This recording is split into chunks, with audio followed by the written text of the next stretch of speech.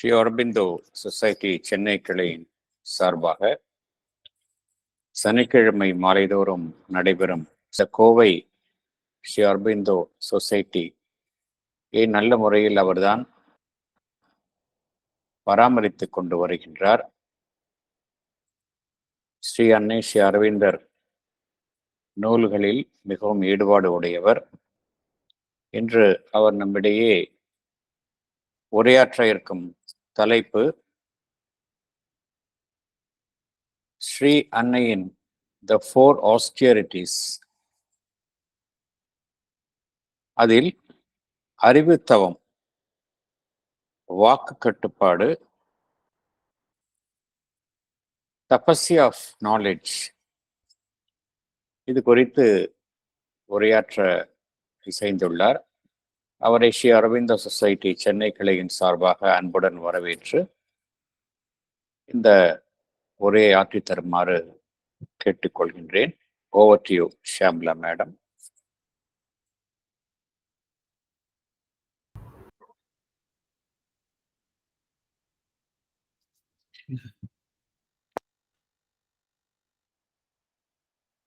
எல்லாருக்கும் வணக்கம். நான் பேசுறது எல்லாருக்கும் கேக்குதுங்களா? எஸ், எல்லாருக்கும் வணக்கம். இந்த மாலை வேளையில உங்களை எல்லாரும் சந்திக்கிறதுல ரொம்ப மகிழ்ச்சியா இருக்கு. சோ இன்னைக்கு இந்த வாய்ப்பு கொடுத்ததுக்கு நான் திரு சிவகுமார் ஐயா அவர்களுக்கும் சென்னை கிளைக்கும் நான் என்னோட நன்றியையும் மற்றும் அன்பர் பெருமக்கள் அனைவருக்கும் எனது வணக்கத்தையும் நன்றியையும் தெரிவித்துக் கொள்கிறேன். இன்னைக்கு நாம பார்க்க போற டாபிக் மதரோட 4 ஆஸ்டரிட்டிஸ் அண்ட் 4 தபஸ்யா. அந்த புக்ல இருந்து தவம் 4, தலை நீக்கம் 4. அதுல மதர் அந்த 4 தபஸ்யாவை பத்தி பேசியிருக்காங்க. அதுல இருந்துதான் நான் இப்போ 4 தபஸ்யா ஆஃப் நாலேஜ், அதாவது அறிவு தவம் அப்படிங்கிறதுல வாக்கு கட்டுப்பாடு, அதை பத்தி மதர் என்ன சொல்லியிருக்காங்க, அது அதை பத்தி தான் நான் இன்னைக்கு பேச வந்திருக்கேன். உங்களோட எல்லாருக்கும் நம்ம இது நல்ல ஒரு கருத்தா இருக்கும்னு நினைக்கிறேன். அதுக்குள்ள நம்ம இப்போ அதை பத்தி நாம பார்க்கலாம். அதாவது ஃபர்ஸ்ட் மதர் நம்மளோட கண்ட்ரோல் ஆஃப் ஸ்பீச் எதுக்கு சொல்றாங்கன்னா, நம்ம டெய்லி அன்றாட அலுவல்கள்ல நம்மளோட பேச்சு எப்படி இருக்கு, நம்மளோட பேச்சை இன்னும் நம்ம எவ்வளவு நல்லபடியா நம்மளால பேச முடியும், நம்மளோட அதாவது கான்சியஸோட நம்ம எப்படி பேசணும் அப்படிங்கிறத பத்தி தான் மதர் சொல்லியிருக்காங்க. இது மதரோட ரைட்டிங்ஸ்ல இருந்து தான் நான் இத எடுத்திருக்கேன். ஸோ இதுல நான் கொஞ்சம் மதரோட ரைட்டிங்ஸ் அப்படியே படிச்சாதான் புரியும். அதை எவ்வளவு சிம்பிளிஃபை பண்ண முடியுமோ பண்ணியிருக்கேன். நீங்க தான் பார்த்து ஏதாவது தப்பு இருந்தா மன்னிக்கணும். சோ நம்ம சப்ஜெக்ட்ல போகலாம். அறிவு தவம், வாக்கு கட்டுப்பாடு. மனத்தவம் என்ற உடனேயே நினைவுக்கு வருவது எண்ணங்களின் மீது ஆதிக்கம் செலுத்தி இறுதியில் அக மௌனத்தை எய்துவதற்காக நீண்ட தியானங்களை மேற்கொள்வதேயா. பொதுவாக எவரும் அதிகம் கவனம் செலுத்தாத ஓர் அம்சம் உள்ளது, அதுவே பேச்சடக்கமாகும். ஆம், பேச்சில் முழு கட்டுப்பாடு இருப்பது நலம். உன்முகமாய் செல்வதற்கும் உண்மையான அக உணர்வும் யோக உணர்வும் வளருவதற்கும் அது முக்கிய முதல் படியாகும். எப்போதும் எதிலுமே பேச்சிலும் எண்ணத்திலும் ஒரு கட்டுப்பாடு இருக்க வேண்டியது அவசியம்.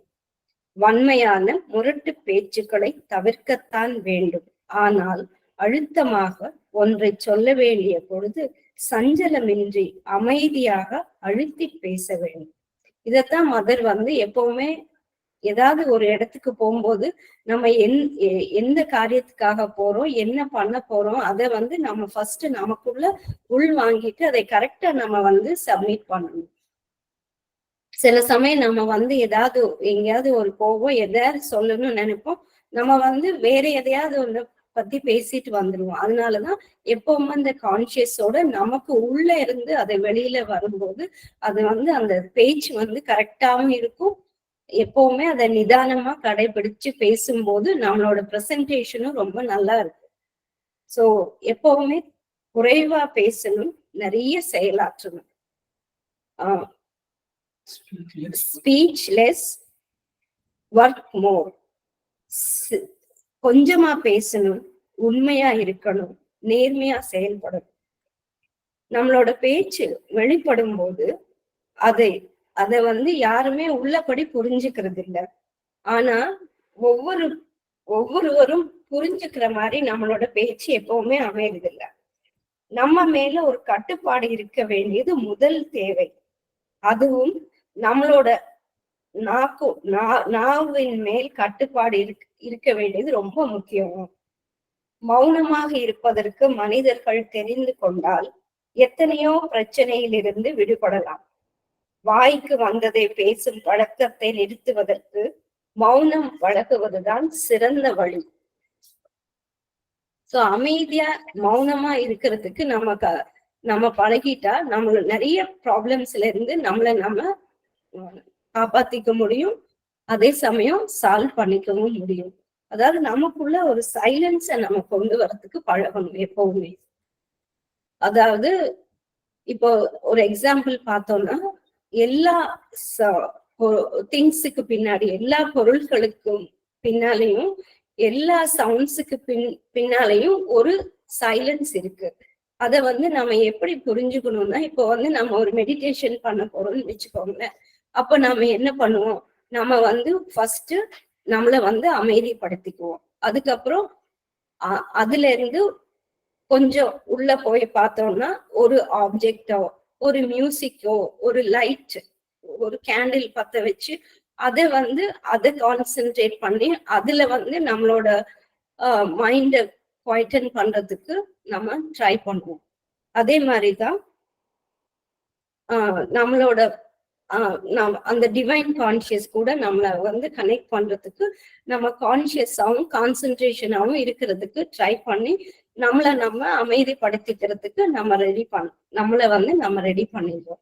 அதே மாதிரிதான் நம்ம வந்து எல்லாத்துலயுமே அந்த மாதிரி பண்ணும்போது அதுக்குள்ளேயும் ஒரு சைலன்ஸ் இருக்கிறத நம்மளால புரிஞ்சுக்க முடியும். அதாவது நம்ம கண்ணை மூடிட்டு ஒரு கான்சென்ட்ரேட் பண்ணா, ஒருமுகப்பட்டு நம்ம உட்கார்ந்து பார்த்தோம்னா, நம்ம வீட்டுக்குள்ளேயே நம்ம ஒரு ரூம்குள்ள கண்ணை மூடிட்டு உட்கார்ந்துட்டு நம்ம கான்சென்ட்ரேட் பண்ணி நமக்குள்ள போய் பார்த்தோம்னா, ஃபர்ஸ்ட் நமக்கு வந்து என்ன சவுண்டு கேக்குது அப்படிங்கிறத நம்ம உணர முடியும். இப்ப நான் ஒரு ரூம்குள்ள நம்ம உட்கார்ந்துருக்கோம்னா, அந்த நம்மளோட அந்த ஃபேனோட சவுண்ட வந்து நம்மளால கேட்க முடியும். அதே இது இன்னும் கொஞ்சம் உள்ள போய் பார்த்தோம்னா, நமக்கு பக்கத்துல இருக்கிற சவுண்ட்ஸ வந்து நம்மளால கேட்க முடியும்.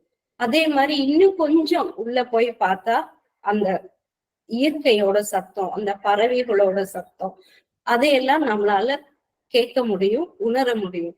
அதைவே இன்னும் நிறைய டீப்பா நம்ம உள்ள போய் பார்த்தா அதையும் தாண்டி நமக்கு ரொம்ப தூரத்துல ஒரு பஸ்ஸோட ஹார்னோ, ஒரு பைக்கோட ஹார்னோ, வேற ஏதாவது ஒரு சத்தத்தை நம்மளால ஃபீல் பண்ண முடியும், கேட்க முடியும். அந்த அளவுக்கு நம்மளுக்குள்ள நம்ம வந்து அந்த கான்சியஸ், அந்த சைலன்ஸ கொண்டு வர நம்மளோட அந்த உணர்வு மேலும் மேலும் விரிவடையும் போது நம்மளால வந்து நமக்கு உள்ளேயும் கேட்க முடியும், நமக்கு வெளியிலையும் கேட்க முடியும், நமக்கு தூரத்துல இருக்கிற சத்தத்தையும் நம்மளால கிரகிக்க முடியும். அதாவது வீட்டுக்குள்ள சப்தம், பக்கத்துல உள்ள சப்தம், தூரத்தில் உள்ள சப்தத்தை வந்து நம்மளால கிரகிக்க முடியும். Inside, immediate and far away.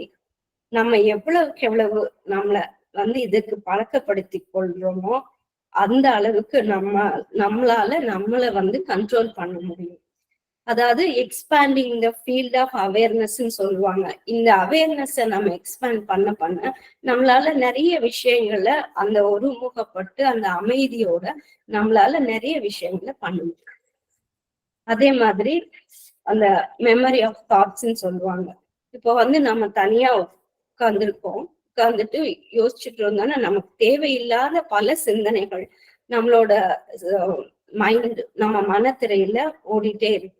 அதாவது ரொம்ப பாஸ்ட், ரொம்ப ஓல்டு மெமரிஸ் அப்படிங்கிற பேர்ல நிறைய வந்து அந்த அலைகளோட இரைச்சலோட நமக்குள்ள போயிட்டே இருக்கும். அப்ப வந்து நம்மளால அந்த சைலன்ஸ் கூட கனெக்ட் பண்ணிக்கவே முடியாது. ஏன்னா நமக்குள்ள அந்த அமைதியை கொண்டு வந்தா மட்டும்தான் நம்மளால அந்த சைலன்ஸ் கூட கனெக்ட் பண்ணவே முடியும். எப்பவுமே நம்ம வந்து அந்த ஒரு எண்ண அலைகளுக்குள்ள சிக்கி அதுக்குள்ளேயே உழன்றுட்டு இருக்கும் போது நம்மளால எதையுமே நம் கரெக்டா பார்க்கவோ உணரவோ முடியாது. சோ வி ஷுட் ரியலைஸ் அந்த வேர்ல்பூல் ஆஃப் தாட்ஸ்ல மாட்டிக்கொள்ளாம இருக்கிறதுக்கு அதுல இருந்து எப்படி வெளியில வரணுமோ அதுக்கு நம்மளை வந்து நம்ம பழக்கப்படுத்திக்கணும். அதே மாதிரி மனக்கட்டுப்பாடு என்று வரும் பொழுது இந்த எல்லா வகை பேச்சுக்களுமே வேண்டாதவை, அத்தியாவசியமாக இருந்தாலன்றி பேசவே கூடாது. இதை எவ்வாறு முடிவு செய்வது என்று கேட்கலாம். மதர் வந்து இதை சொல்லிட்டாங்க. இதை செய்ய நாம் பேசும் சொற்களை பொதுவானதொரு முறையில் வகைப்படுத்தி கொள்ள வேண்டும். அன்றாட வேலைகளுக்கு எதையேனும் ஓயாமல் பேசிக்கொண்டே இருப்பது இன்றியமையாதது போல் இருக்கிறது. ஆனால் நாம் சரியாக கவனித்து சரியாக முயற்சி செய்தோமானால் இந்த ஓயாத சத்தத்தை குறைக்க முடியும். எத்தனையோ வேலைகளை மௌனமாக இருந்தால் விரைவாக செய்து முடிக்க முடியும் என்பதை அனுபவத்தினால் அறியலாம். இப்படி செய்வதால் உன்முக மௌனம் பழகவும் மனதை ஒருமுனைப்படுத்தவும் எளிதாக கற்றுக்கொண்டு விடலாம். இதை வந்து நம்ம எக்ஸ்பீரியன்ஸ் பண்ணியே பார்க்கலாம். நம்ம வந்து ஒரு ஒர்க் பண்ணிட்டு இருக்கோம், இன்னைக்கு வந்து ஒரு அர்ஜென்ட் ஒர்க், இன்னைக்கு ஒரு டாஸ்கை நம்ம கிட்ட கொடுத்துருக்காங்க, நம்ம வந்து அதை சீக்கிரமா முடிச்சு அந்த டைமுக்குள்ள கொடுக்கணும் அப்படின்னு இருக்கும்போது நமக்கு எவ்வளவுக்கு எவ்வளவு நம்ம வந்து நம்ம மைண்ட்ல அந்த சைலன்ஸோட நம்ம செய்யும் போது அது ரொம்ப ஈஸியா ரொம்ப கரெக்டா அந்த டைமுக்கு முன்னாடியே நம்மளால ப்ரெசென்ட் பண்ண முடியும்.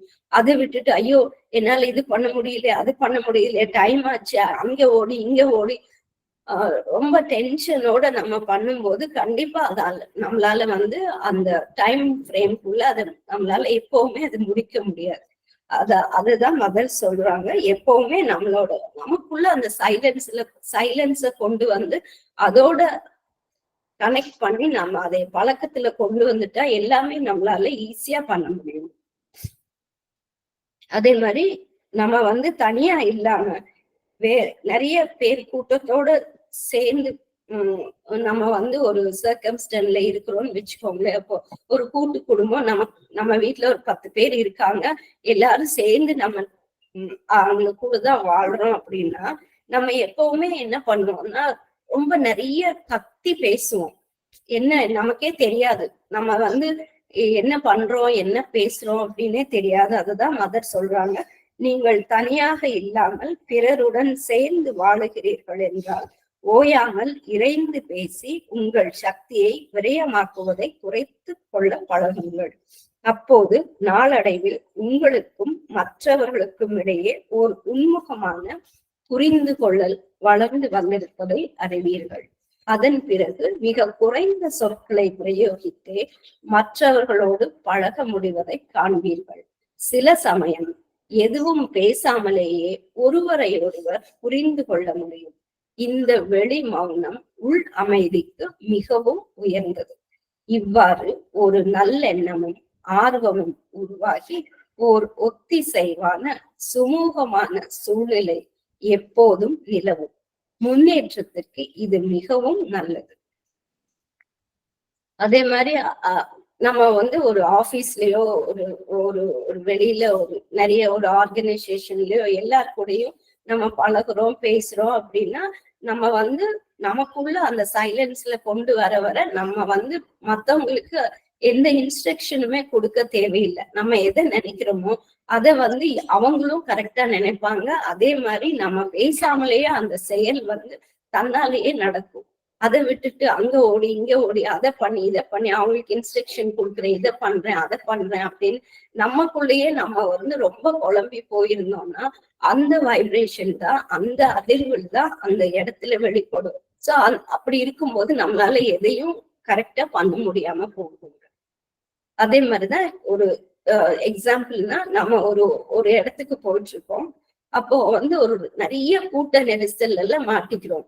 அந்த டிராபிக் சிக்னல்னு வைங்களேன். அப்போ போயிட்டு இருக்கும் போது நம்மளோ ரொம்ப கூட்டமா நெரிசலா இருக்கு. அப்போ நம்மளால ஃபர்தரா போக முடியல. சோ அங்க வந்து சிக்னல் விழுந்துருது. நம்ம வந்து கொஞ்ச நேரம் வெயிட் பண்ணி அந்த சிக்னல் கரெக்டா வர வரைக்கும் வெயிட் பண்ணா நம்மளால வந்து ஈஸியா அந்த கூட்ட நெரிசல கடந்து போயிட முடியும். அதை விட்டுட்டு பொறுமை இல்லாம இந்த குறுக்கு வழி போலாம், அந்த போலாம், காரை ரிவர்ஸ் எடுக்கலாம், அப்படி போலாம், இப்படி போலாம்னு யோசிச்சு நம்ம அது ரொம்ப சீக்கிரம் போகணுங்கிறதுக்காக பொறுமை இழந்து கோவப்பட்டோம்னா அந்த இடத்துல நம்மளால ஒண்ணுமே பண்ண முடியாது. அதாவது அந்த டைமையும் வேஸ்ட் பண்றோம், எனர்ஜியும் நம்ம வேஸ்ட் பண்றோம். அதே மாதிரிதான் நம்மளோட அந்த சோசியல் ஒர்க்ல வந்து ஒரு ஆபீஸ்லயோ எங்க இருந்தாலும் நம்ம எப்படி இருக்கணும், அதை வந்து நம்மளோட உணர்ச்சிகளை வந்து நம்ம எப்படி வெளிப்படுத்தணும், எப்படி இருக்கணும் அப்படிங்கிறத நம்ம எவ்வளவுக்கு எவ்வளவு சைலன்ஸ் ஆகும், இன்னர் சைலன்ஸையும் நம்ம வந்து வளர்த்திக்கணும், அவுட்டர் சைலன்ஸையும் நம்ம வளர்த்திக்கணும். அப்படி இருக்கும்போது நம்மளோட காரியங்கள் எல்லாம் எவ்வளவு சுமூகமா, நம்மளோட பேச்சு செயல் எல்லாமே எவ்வளவு நல்லபடியா போகுதுங்கிறத மதர் இப்ப சொல்லியிருக்காங்க. சமூக வாழ்வில் நாம் செய்யும் பணியின் பொருட்டு பேச வேண்டிய பேச்சுக்கள் தவிர நமது உணர்ச்சிகளை வெளியிடும் சொற்களும் இடம்பெற வேண்டியுள்ளது. இங்குதான் புற மௌனம் மிகவும் துணை வருகிறது.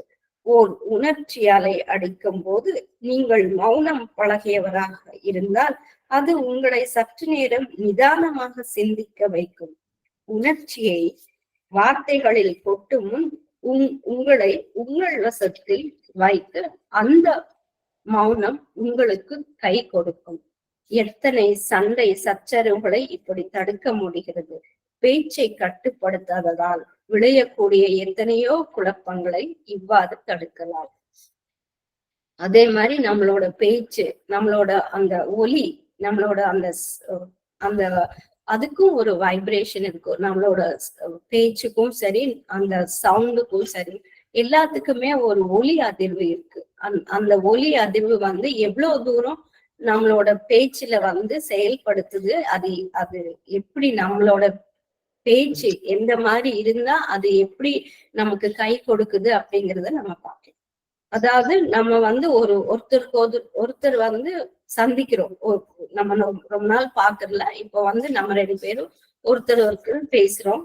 அப்போ நம்ம பேச தொடங்கும் போது நல்லாதான் பேசிட்டு இருக்கோம், என்ன நல்லா இருக்கீங்களா அப்படின்னு நல்லா பரஸ்பரமா பேசி போயிட்டு இருக்கும் போது கடைசியில என்ன மாதிரின்னா நம்ம என்ன பேச வரோம், நம்ம என்ன எதுக்காக நம்ம பேசுறோம் அப்படிங்கறத விட்டுட்டு வேற மாதிரியா அந்த பேச்சு போயிடுது. அதுல வந்து நம்மளோட ஜட்ஜ்மெண்ட்ஸ், நம்மளோட விருப்பு வெறுப்பு, ஒப்பீனியன், அது எல்லாமே அந்த வெளிப்படுத்தி பேசுறோம். அது வந்து நமக்கே தெரியறது இல்லை, நம்ம வேணும்னு பேசுறது இல்லை. பட் ஒரு பேச்சு தொடங்கும் போது ரொம்ப இனிமையா போகுது. அப்புறம் போக போக அது வந்து வேற மாதிரி ஒரு வடிவெடுத்து அதுல வந்து என்னோட கருத்து என்ன, உன்னோட கருத்து என்ன, அந்த ஜட்ஜ்மெண்ட் சொல்றது, ஒப்பீனியன் சொல்றது, அந்த மாதிரி ஒரு சம்டைம்ஸ் அது ஒரு ஆர்கியூமெண்ட்ல கூட போய் முடிகிற மாதிரி ஆயிடுது. அப்போ வந்து நம்ம வந்து அந்த அந்த பேச்சை வந்து நம்ம எப்படி பேசணும், நம்ம என்ன மாதிரி பேசணும் அப்படின்னு முதல்லயே நம்ம வந்து அதை வந்து கான்சியஸா அது ப்ரிப்பேர்டா இருந்தோம்னா நம்ம வந்து எந்த அளவுக்கு நம்ம கரெக்டா அந்த பேச்சை வந்து அடுத்தவங்க கிட்ட ப்ரெசென்ட் பண்றதுக்கு ஈஸியா இருக்கு. அதாவது நம்ம என்ன பேசுறோமோ அதை வந்து கரெக்டா பேசணும். அங்க வந்து டாபிக் வந்து ரொம்ப இம்பார்ட்டன்டா இருக்கும். அந்த நாம எடுக்கிற டாபிக் என்னவோ அதை கடைசி வரைக்கும் அதே மாதிரி எடுத்துட்டு போற மாதிரி பார்க்கணும். இந்த இடத்துல வந்து topic is very very important. நம்மளோட பேச்சு வந்து அதை அடுத்தவங்களை புண்படுத்துமா அப்படிங்கிறது தெரியாமலே நம்ம பேசிட்டு இருக்கிறோம். நம்ம பாட்டு பேசுறோம், நம்மள அறியாம என்னென்ன வார்த்தைகள் போகுது, அதை அடுத்தவங்களை எவ்வளவு ஹர்ட் பண்ணுமா பண்ணாதா அப்படிங்கிறத பத்தி எல்லாம் நம்ம யோசிக்கிறது இல்லை. எப்பவுமே வந்து அதுதான் ஆங்கிலத்துல ஒரு பழமொழி சொல்லுவாங்க, do not water dead flowers. அதாவது கருகி போன செடிக்கு தண்ணீர் ஊற்றுவதை போல்தான் நம்மளோட பேச்சும் அமையுது. அதாவது என்ன பேசணுமா அதை பேசாம பாஸ்ட பத்தி பேசுறோம், இல்லாட்டி ஒண்ணு பிரசன்ட் பத்தி பேசுறோம், என்னத்தையாவது ஒண்ணு பேசுறோம், அவ்வளவுதான். அது மாதிரி இல்லாம நம்மளோட பேச்சு வந்து எப்பவுமே இது வந்து இந்த பேச்சு எனக்கு இந்த இடத்துல இது தேவையா தேவை இல்லையா, இத பேசணுமா பேசக்கூடாதா அப்படிங்கறத வந்து நம்ம முடிவு செஞ்சுட்டு பேசணும்னா நிறைய வேண்டாத இதெல்லாம் நம்ம அவாய்ட் பண்றதுக்கு ஈஸியா இருக்கும். அந்த பேச்சு வந்து எப்பவுமே ஒரு கிளியரா இருக்கணும். அதாவது நம்ம ஒரு ரோட்ல போயிட்டு இருக்கோம், அப்ப வந்து அந்த சம்டைம்ஸ் நம்ம பார்ப்போம் இல்லையா, அந்த வேண்டாத சரிகெல்லாம் போட்டு தீ மூட்டி விட்டுருவாங்க. அது வந்து ஒண்ணு தீயாவும் ஆகாது, இல்லாட்டி இதுவாக இல்லாம அது அப்படியே புகைஞ்சு அந்த ரோட்ல வர்றவங்க போறவங்க எல்லாத்தையும் டிஸ்டர்ப் பண்ணும். அப்ப அந்த சைடு இருக்கிறது என்னன்னு நமக்கு தெரியாது, இந்த சைடு இருக்கிறது என்னன்னு அவங்களுக்கும் தெரியாது. அதே மாதிரி அந்த அந்த பேச்சு வந்து இன்னொருத்தர்கிட்ட அந்த புகை மூட்டை மாதிரி புகைஞ்சுக்கிட்டே இருக்காம எப்பவுமே நம்ம பேசுறது வந்து ஒரு கிளியரா இருக்கணும். நம்மளோட பேச்சை வந்து கரெக்டா பேசணும். அதே மாதிரி மதர் சொல்றாங்க, நிலைமை இவ்வளவு மோசமாக போகாதிருக்கும் சமயங்களிலும் கூட நீ பேசும் வார்த்தைகளின் மீது உனக்கு கட்டுப்பாடு இருக்க வேண்டும். கோபம், வன்மை, எரிச்சல் போன்ற உணர்ச்சிகளின் எழுச்சியால் உனது நான் அசைவதற்கு ஒருபோதும் அனுமதிக்க கூடாது. இதன் விளைவு சச்சரவு மட்டுமன்று, அத்துடன் சூழலில் தீய அதிர்வுகள் பரவுவதற்கு உனது நான் பயன்படுத்தப்படுகிறது. தொற்றி பிடிக்கும் தன்மை மற்ற எல்லா அதிர்வுகளையும் விட ஒலி அதிர்வுகளுக்கு மிகுதியாக இருக்கு. அதாவது ஒவ்வொரு சவுண்டுக்கும் ஒரு வைப்ரேஷன் இருக்கு. Every sound noise has a vibration. இப்ப வந்து ஓம் அப்படிங்கிற ஒரு சவுண்ட் எடுத்துக்கிட்டீங்கன்னா அதுக்குன்னு தனியா ஒரு வைப்ரேஷன் இருக்கு. ஒரு நல்ல விஷயங்களை நம்ம பத்தி பேசும்போது அதுக்கு தனியா ஒரு வைப்ரேஷன் இருக்கு. அதே மாதிரி அன்வான்ட் டாக்ஸ், ஸ்பீச், தேவையில்லாத ஒரு பேச்சு செயல் எல்லாம் செய்யும் போது அதுக்குன்னு தனியா ஒரு வைப்ரேஷன் இருக்கு. அது வந்து தேவையில்லாத ஒரு வைப்ரேஷன் அது உண்டு பண்ணுது. அதே மாதிரி ஓம் என்கிற மந்திரத்திற்கு எவ்வளவு சக்தி இருக்கு. அந்த ஒலி வந்து நம்மளோட ஊடுருவி நமக்கு வந்து நம்ம டெய்லி நம்ம சேன் பண்ணும்போது அது நம்மளால ஃபீல் பண்ண முடியும். அது நமக்குள்ள போய் நமக்கு எவ்வளவு ஒரு புத்துணர்வு, ஒரு ஃப்ரெஷ்னஸ் கொடுக்குதுன்னு நம்மளால உணர முடியும். அதே மாதிரி சாவித்திரி படிக்கும் போதும் ஷரவிந்தர் காயத்ரி ஜபிக்கும் போதும் அது ஷரவிந்தரின் ஒவ்வொரு ஒலியும் ஷரவிந்தரோட கான்சியஸ்னஸ், அந்த உணர்வுகளை நமக்குள்ள பிரதிபலிக்குது. அது வந்து அவரோட தெய்வ சிந்தனையின் ஒரு வெளிப்பாடாக நம்மளால உணர முடியுது. அதே மாதிரி நம்முடைய நெகட்டிவ் ஸ்பீச்சுக்கும் தாட்டுக்கும் ஒரு அதிர்வு, ஒரு வைப்ரேஷன் இருக்கு. அது வந்து வீட்டு சூழ்நிலையும் சரி, ஒரு ஆர்கனைசேஷன்லயே ஆகட்டும், ஒரு அட்மாஸ்பியரிலும் கூட ஒரு அதிர்வை வந்து உண்டு பண்ணுது. இப்போ நம்ம வந்து ஒரு வீட்டுக்குள்ளேயோ இல்ல ஒரு ஆபீஸ்லயோ ஏதாவது ஒரு இடத்துல வந்து நம்ம என்ன பேசுறோமோ அது வந்து நம்ம நினைச்சுக்கிறோம் நமக்கு மட்டும்தான் தெரியும் அப்படின்ட்டு. அப்படி இல்லை. அது வந்து நம்மளோட வீட்டு சூழ்நிலையில நம்மளோட சுவரு, நம்மளோட ஃபர்னிச்சர் எல்லாத்துக்கிட்டையும் அந்த வந்து ஒரு வைப்ரேஷனை அது வந்து கிரியேட் பண்ணுது. அது வந்து நம்மளால உணர முடியறது இல்லை. அதே மாதிரிதான் எல்லா இடத்துலயும் எங்க பேசுறோமோ என்ன பேசுறோமோ எல்லார்கிட்டையும் எல்லாத்துலயும் ஒரு வந்து அந்த வைப்ரேஷன் வந்து அது கிரியேட் பண்றதுக்கு உண்டான சான்ஸ் வந்து இந்த ஒலி, அந்த வைப்ரேஷனுக்கு, அந்த பேச்சு ஒலியாகட்டும், அது என்ன மாதிரியான ஒரு ஒலியாகட்டும், அதுக்கு வந்து அந்த வைப்ரேஷனை உருவாக்குற சக்தி இருக்கு. அதே மாதிரி இப்போ வந்து ஒரு தண்ணீர்ல வந்து கல்லை தூக்கி போட்டோம்னா அது எப்படி இருக்கும்? அது வந்து என்ன மாதிரி இருக்கும்? அந்த சலசலத்து ஓடி கொஞ்ச நேரம் ஆகி அதுக்குள்ளயும் ஒரு வைப்ரேஷன் இருக்கு இல்லையா? அதே மாதிரிதான் அதுலயும் ஒரு இம்பாக்ட் இருக்கு. அதாவது ஓடுற தண்ணியில எப்படி இருக்கு, அதாவது சலசலத்துட்டே இருக்கும். அதே மாதிரி அந்த தண்ணி வந்து அமைதியா இருக்கும் போது எவ்வளவு குவைட்டா இருக்குது. அதுலயும் ஒரு இம்பாக்ட வந்து கிரியேட் பண்ணும். அதே மாதிரிதான் பீப்புள் ஆகட்டும், அனிமல்ஸ்ல ஆகட்டும், மெட்டீரியல் திங்ஸ்ல ஆகட்டும், எல்லாத்துக்கும் ஒரு ஒலி அதிர்வு, ஒரு வைப்ரேஷன் இருக்கு. அதாவது நம்முடைய ஒவ்வொரு தாழ்வான பேச்சும் சொல்லும் நம்முடைய சிந்தனையோட ஒரு வெளிப்பாடுதான். ஒரு ஒலி என்கிற ஒரு ஃபார்மா வந்து வெளிவந்து அது வந்து மத்தவங்களோட நலத்தை தாக்கும் இயல்பு கொண்டதா அமைஞ்சிருக்கு. இப்ப மதர் சொல்றாங்க, சிறிதும் விரும்பத்தகாத பேச்சுக்களில் பிறரை பற்றிய வீண் பேச்சும் அடங்கும். பிறருக்கு நீ பாதுகாவலன் அல்லது ஆசிரியன் அல்லது அவர்களது அலுவல் துறையின் தலைவன் என்ற முறையிலோ அவர்களை பற்றிய பொறுப்பு உன்மீது இருந்தாலன்றி அவர்கள் என்ன செய்கிறார்கள் என்ன செய்யவில்லை என்பதை பற்றிய அக்கறை உனக்கு தேவையில்லை. அவர்களை பற்றி பேசுவதையும் அவர்களையும் அவர்களின் செயல்களை பற்றிய உன் அபிப்பிராயத்தையும் வெளியிடுவதையும் தவிர்க்க வேண்டும்.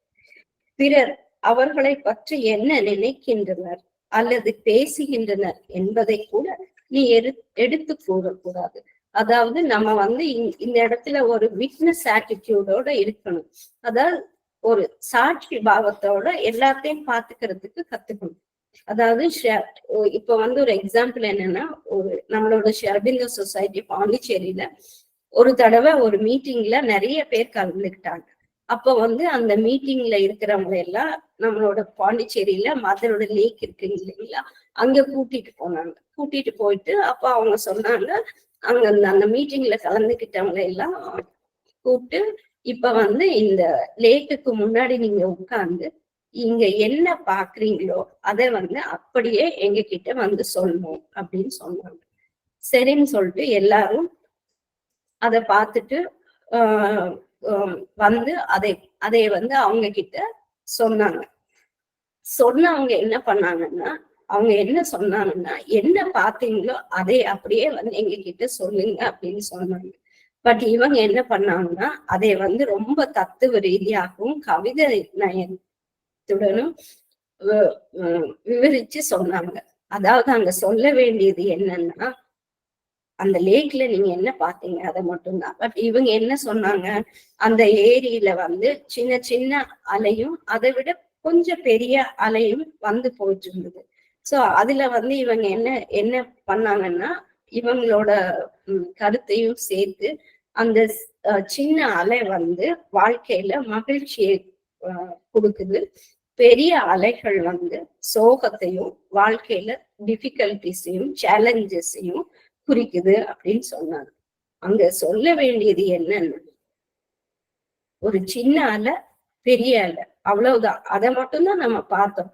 ஆனா நம்ம என்ன சொல்றோம்னா, அதை வந்து மிகைப்படுத்தி என்னோட கருத்தையும் அது கூட போட்டு என்னோட நான் என்ன சொல்ல வரேன் அப்படின்னு என்னோட பவரை அங்க காமிச்சு அந்த மாதிரி ஒரு ரிப்போர்ட் வந்து, அதுதான் ஒரு ஆர்ட் ஆஃப் ரிப்போர்ட்டிங்னா, நம்ம என்ன பாக்குறோமோ அதை அப்படியே சொல்லணும். நம்ம என்ன நமக்கு என்ன கொடுக்குறோமோ அதை அப்படியே ரிப்போர்ட் பண்ணணும். அதை விட்டுட்டு என்னோட எண்ணங்களையும் கலந்து அங்க சொல்லும் போது அது வேற மாதிரி ஆயிடும்.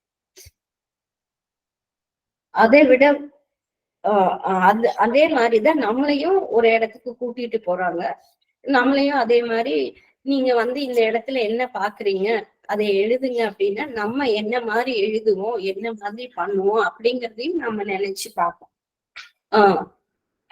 அதுதான் இதுக்குதான் சொல்லுவாங்க, ஜே கிருஷ்ணமூர்த்தி மட்டும்தான் எப்பவுமே அவர் என்ன பார்த்தாரோ அதைய மட்டும்தான் அவர் சொல்லுவாராம். இப்ப நம்ம ஒரு பீச்ல நடந்து போயிட்டு இருக்கோம், அங்க வந்து ஒரு நண்டு நடந்து போகுது, நல்லா காத்து அடிக்குது, அதை மட்டும்தான் அங்க சொல்லணும். அதுதான் நம்ம பார்த்தோம். அதை விட்டுட்டு கவிதை நயத்தோட நான் அந்த தென்றல் வந்து என்னை தழுவுது அந்த மாதிரி எல்லாம் சொல்றதுக்கு உண்டான அவசியம் அங்க இல்லை.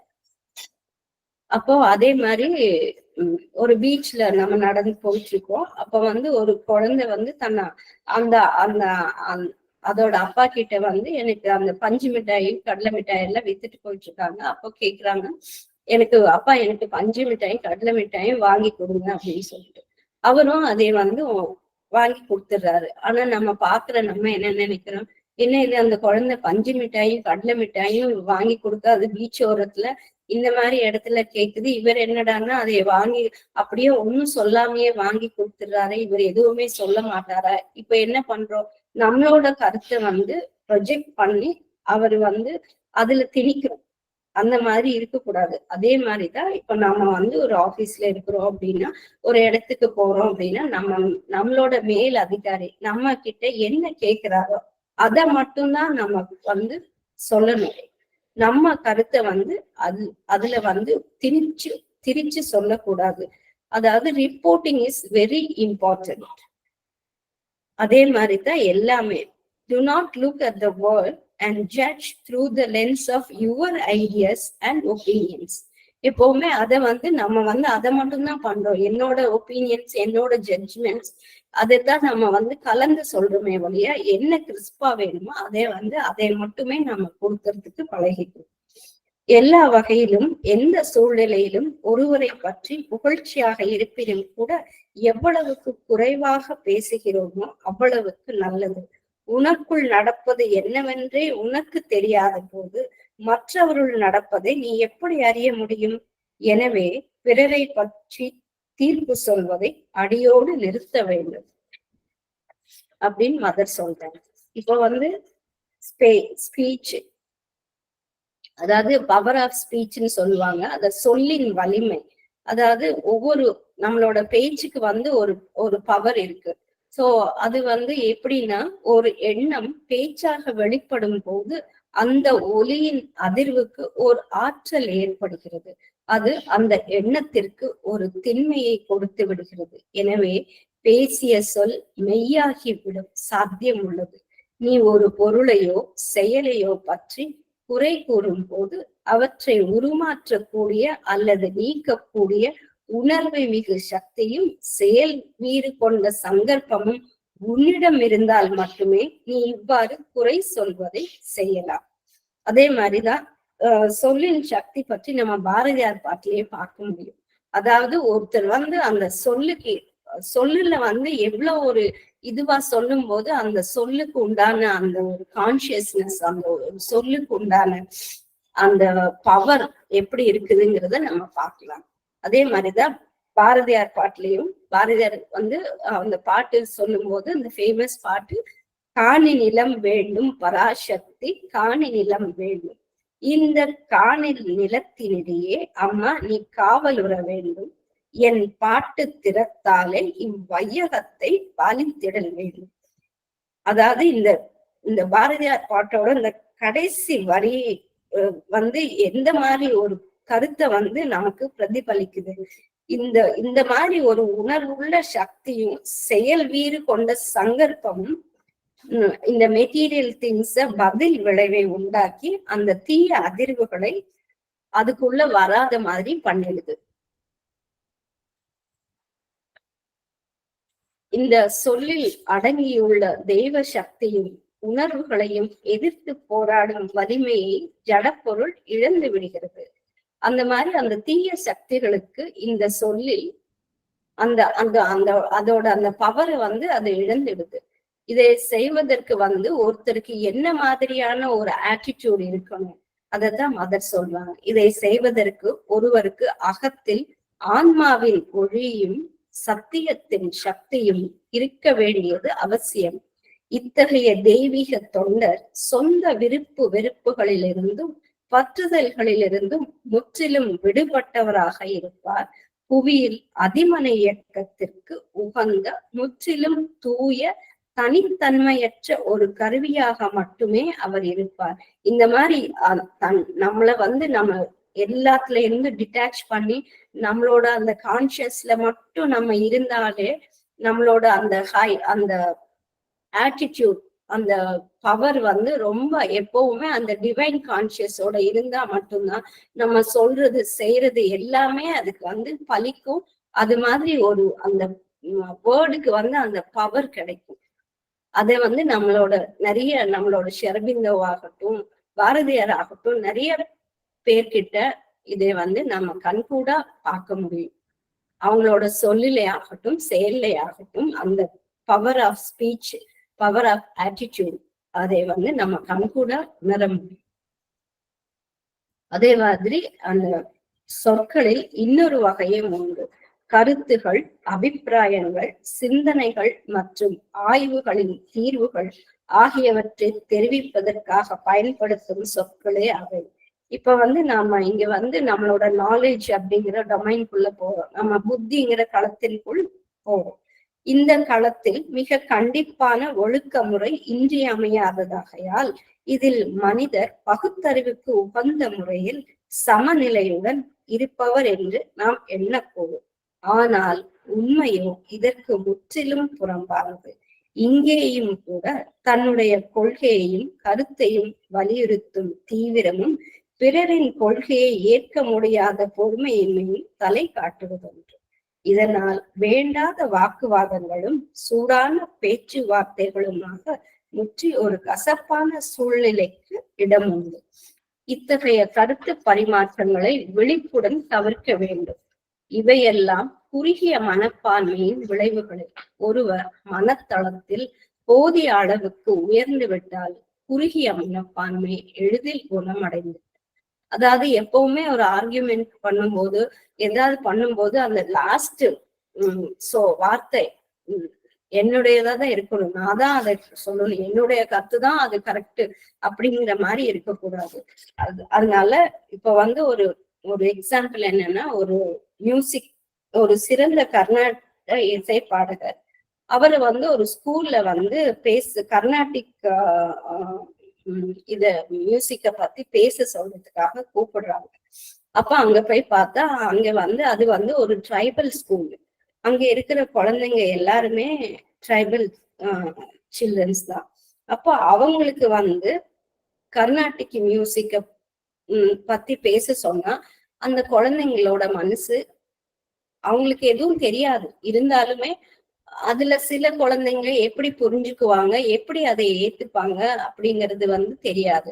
சோ எப்பவுமே நம்ம வந்து அப்ப அந்த பாடகர் சொல்றாரு, இது வந்து இந்த குழந்தைங்களுக்கு அந்த பாடகர் அப்போ அந்த பாடகருக்கு அது புரியுது. சோ இப்ப வந்து நாம என்னன்னா, இது வந்து ட்ரைபல் மியூசிக்கும் ஒரு நல்ல இதுதான், பட் கர்நாடிக் மியூசிக் வந்து எல்லாருக்குமே தெரியும் இட்ஸ் பெஸ்ட் அப்படின்னு. அதனால அதுதான் பெஸ்ட், இதுதான் இல்ல அப்படிங்கிறது எல்லாம் அங்க இல்ல. அதாவது எல்லாமே பெஸ்ட் தான். நாம சொல்ல வந்த விஷயம் வந்து அது வந்து ஒரு நடு நிலைமையில இருந்து அதை சொல்லணும். அதை வந்து அது ஒரு கன்விக்ஷன் மாதிரி ஆயிடக்கூடாது. இது இல்ல, இதுதான் பெஸ்ட், இதுதான் கிடையாது அப்படிங்கிற மாதிரி இருக்கக்கூடாது. எல்லாமே நல்லதுதான். அதை வந்து ஒரு நடுநிலைமையில நம்ம வந்து அதை புரிஞ்சு அந்த இடத்துல எப்படி நம்மள ப்ரெசென்ட் பண்ணணுமோ அந்த மாதிரி ப்ரெசென்ட் பண்ணணும். நம்மளோட பிலீவிங் சிஸ்டத்தை வந்து அதுல வந்து திணிக்க கூடாது. It is an approach of mindfulness. அந்த மைண்ட்ஃபுல்னஸ் வந்து அங்க வந்து இருந்து அதை கரெக்டா எப்படி அப்ரோச் பண்ணணுமோ அந்த மாதிரி அப்ரோச் பண்ணணும்.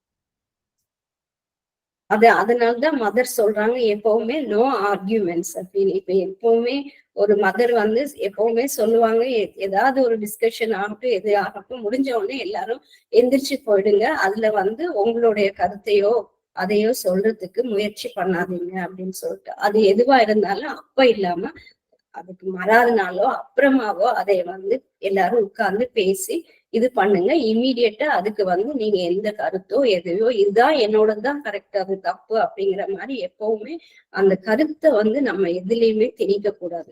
எல்லாத்துலயும் நம்ம வந்து ஒரே மாதிரி அந்த நடுநிலைமையோட இருக்க பழகிக்கணும். கருத்து அல்லது கோட்பாடு என்பது எல்லா சொற்களுக்கும் அப்பாற்பட்ட பொருளை பற்றி பேசும் ஒரு விதமேயாகும் என்பதை பற்றி புரிந்து கொண்டவர்களுக்கு குறுகிய பிரிவு மனப்பான்மையில் அடைப்பட்டிருப்பது இயலாத செயலாகி விடுகிறது.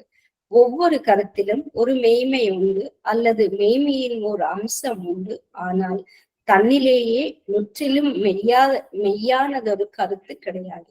இப்ப வந்து ஒரு எக்ஸாம்பிள் என்னன்னா, ஒரு கண்ணு தெரியாதவங்கள கூட்டிட்டு வந்து ஒரு யானையை தொட்டு பார்த்து இது என்னன்னு சொல்லுன்னா அவங்க என்ன சொல்லுவாங்க? ஒருத்தர் வந்து காதை தொட்டு பார்த்து அது வந்து பெரிய விசிறி மாதிரி இருக்கு அது அப்படின்னு சொல்றாரு. இன்னொருத்தர் வந்து அந்த யானையோட ட்ரங்க தொட்டு பார்த்துட்டு இது என்ன பைப் மாதிரி இருக்கு அப்படின்னு ஒருத்தர் அவங்களுக்கு என்ன புரிஞ்சுக்கிட்டாங்களோ அந்த கருத்தை வந்து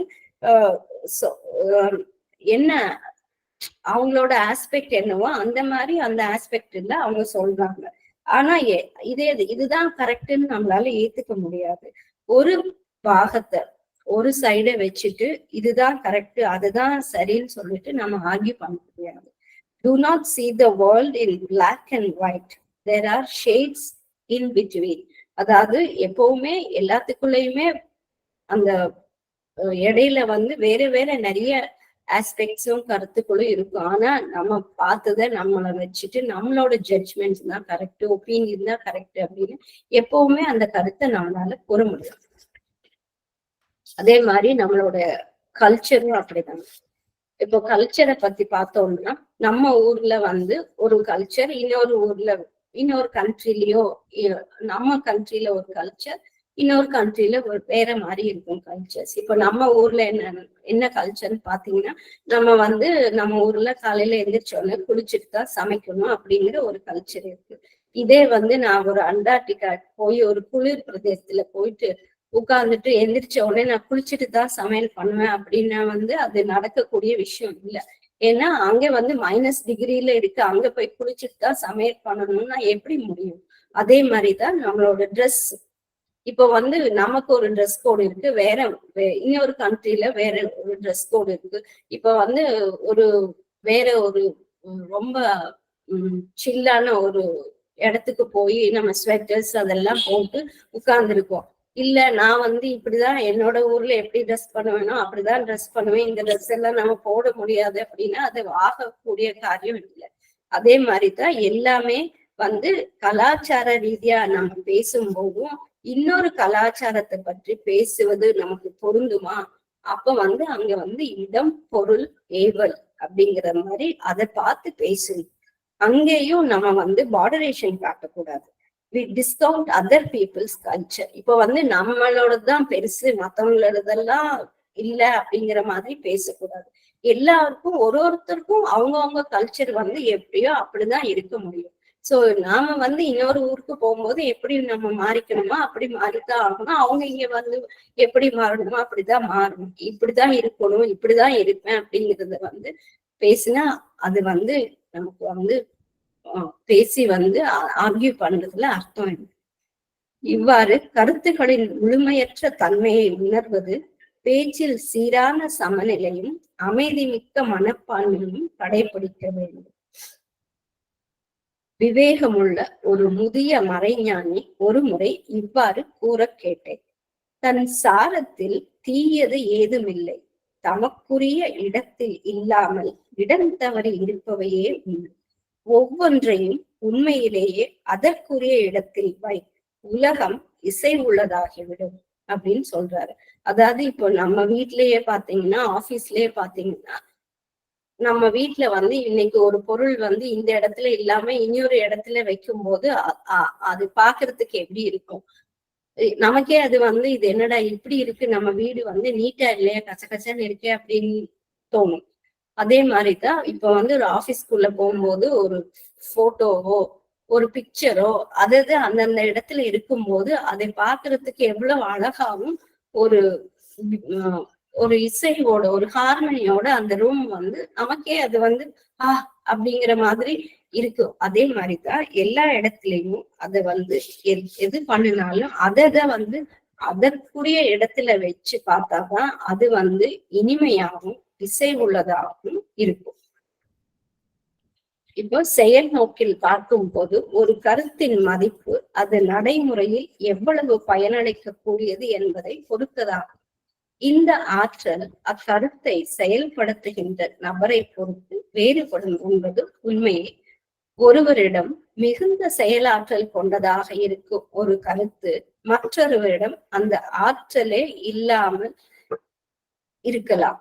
எனினும் கருத்தில் இந்த செயலாற்றல் தொற்றி பிடிக்கும் தன்மையை தன்னுள்ளே கொண்டதாகும். உலகையே உருமாற்றக்கூடிய சில கருத்துகள் உண்டு. இத்தகைய கருத்துக்களை வெளிப்படுத்த தகுதியானவை. இந்த கருத்துக்களே ஆன்மீக வான் மண்டலத்தில் மின்னும் தாரகைகள். இவையே உலகத்தை பேரனுபவத்தை நோக்கி நடத்தி செல்பவை. இப்ப சாவித்திரியிலேயே நம்ம ஒரு பார்த்தோம்னா ஷர்விந்தோட word a prayer, a master act, a king idea can link man's strength to a transcendent force. Then miracle is made the common rule. One mighty deed can change the course of things அப்படின்னு சொல்லியிருக்காங்க. அதாவது தமிழில் இதோட தமிழாக்கம், ஓர் உள்ளார்ந்த வேண்டுதல், பேராண்மை செயல் ஒன்று, மன்னும் ஒரு கருத்து, இவையே மனிதனின் வலிமையை புலன்களுக்கு கெட்டா மாசக்தி தன்னோடு இணைக்க வல்லவை. அதே மாதிரி அவ்வாறே ஒரு உயர்ந்த மாண்புமிகு கருத்து ஓர் அரிய எண்ணம் உட்தூண்டுதல் பெற்று தோன்றி அதனை வெளியிடும் பொழுது, அதாவது ஒரு கவிதையாகட்டும், ஒரு ப்ரோஸ் ஆகட்டும், ஒரு பொயட்ரி ஆகட்டும், என்ன மாதிரி ஒரு கலைப்படைப்பை உருவாக்கினாலும் அது இறைநிலையை தொடுவது சாத்தியம். அதே மாதிரிதான் பாரதியார் பாட்டு. அந்த பாரதியார் பாட்டுலயே இந்த ஓடி விளையாடு பாப்பா, நீ ஓய்ந்திருக்கல் ஆகாது பாப்பா, கூடி விளையாடு பாப்பா, ஒரு குழந்தையை வையாதே பாப்பா. அந்த பாட்டுக்குள்ள நம்ம போய் பார்த்தோம்னா அதுக்குள்ள எவ்வளவு ஒரு விஸ்டம் இருக்கு, அதுல எவ்வளவு கருத்து இருக்கு அப்படிங்கிறத நம்மளால புரிஞ்சுக்க முடியும். சில கருத்துகள் மிகவும் சக்தி வாய்ந்தவையாக இருக்கிறது. அதை வெளிப்படுத்தும் பொழுது அது ஒரு திருவுருமாற்றும் சக்தியா மாறிடுது. எல்லாராலையும் அதை ஏத்துக்குவாங்களான்னு தெரியாது.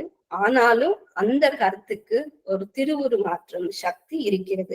அதை கண்டிப்பா நம்ம வெளிப்படுத்திதான் ஆகணும். அப்புறம் மதர் சொல்றாங்க எஜுகேஷன் பத்தி. சோ கல்வி திட்டங்கள் அதிக படிப்பால் விளையும் இருக்க நிலையை தளர்த்தவும், குழந்தைகளை வயது வந்தவரையும் கூட இளைப்பாறவும் சிறிது வேடிக்கையான எழுதிய பொழுதுபோக்கு படைப்புகள் சிலவற்றை அனுமதிப்பது தேவையாகும் என்று பொதுவாக ஒப்புக்கொள்ளப்படுகிறது. ஒரு விதத்தில் இது உண்மைதான். மிக தாழ்வான உந்துதல்களும் ஒழுக்கங்கட்ட சுவையும் தன்மையும் இன்றியமையா தேவைகளை போல சுமத்துவதற்கு அது அதை வெளிப்படுத்திக் கொள்ளுது. இதனை ஒரு நல்ல சாக்கு போக்காக பயன்படுத்திக்கணும். அதாவது இங்கதான் என்டர்டெயின்மெண்ட் அப்படிங்கிற பேர்ல நாம பொழுதுபோக்குறோம், நம்ம ரிலாக்ஸ் பண்ணிக்கிறோம் அப்படிங்கிற பேர்ல நம்ம என்னெல்லாம் பண்றோம் அப்படிங்கிறத கொஞ்சம் நம்ம கூர்ந்து கவனிச்சா தெரியும். அதாவது என்டர்டெயின் பண்றோமா இல்ல இன்ஸ்ட்ரக்ஷனா அப்படிங்கறத நம்ம ஃபர்ஸ்ட் புரிஞ்சுக்கணும். என்டர்டெயின்மெண்ட்ங்கிற பேர்ல நம்ம நிறைய இப்ப நிறைய கேஜெட்ஸ் இருக்கு, நிறைய பொழுதுபோக்கு சாதனங்கள் இருக்கு. சோ நம்ம என்ன பண்றோம், ஃபர்ஸ்ட் டிவி ஆன் பண்றோம், அப்புறம் கூகுள் பாக்குறோம், யூடியூப் பாக்குறோம், மொபைல் போன்ல பாக்குறோம்.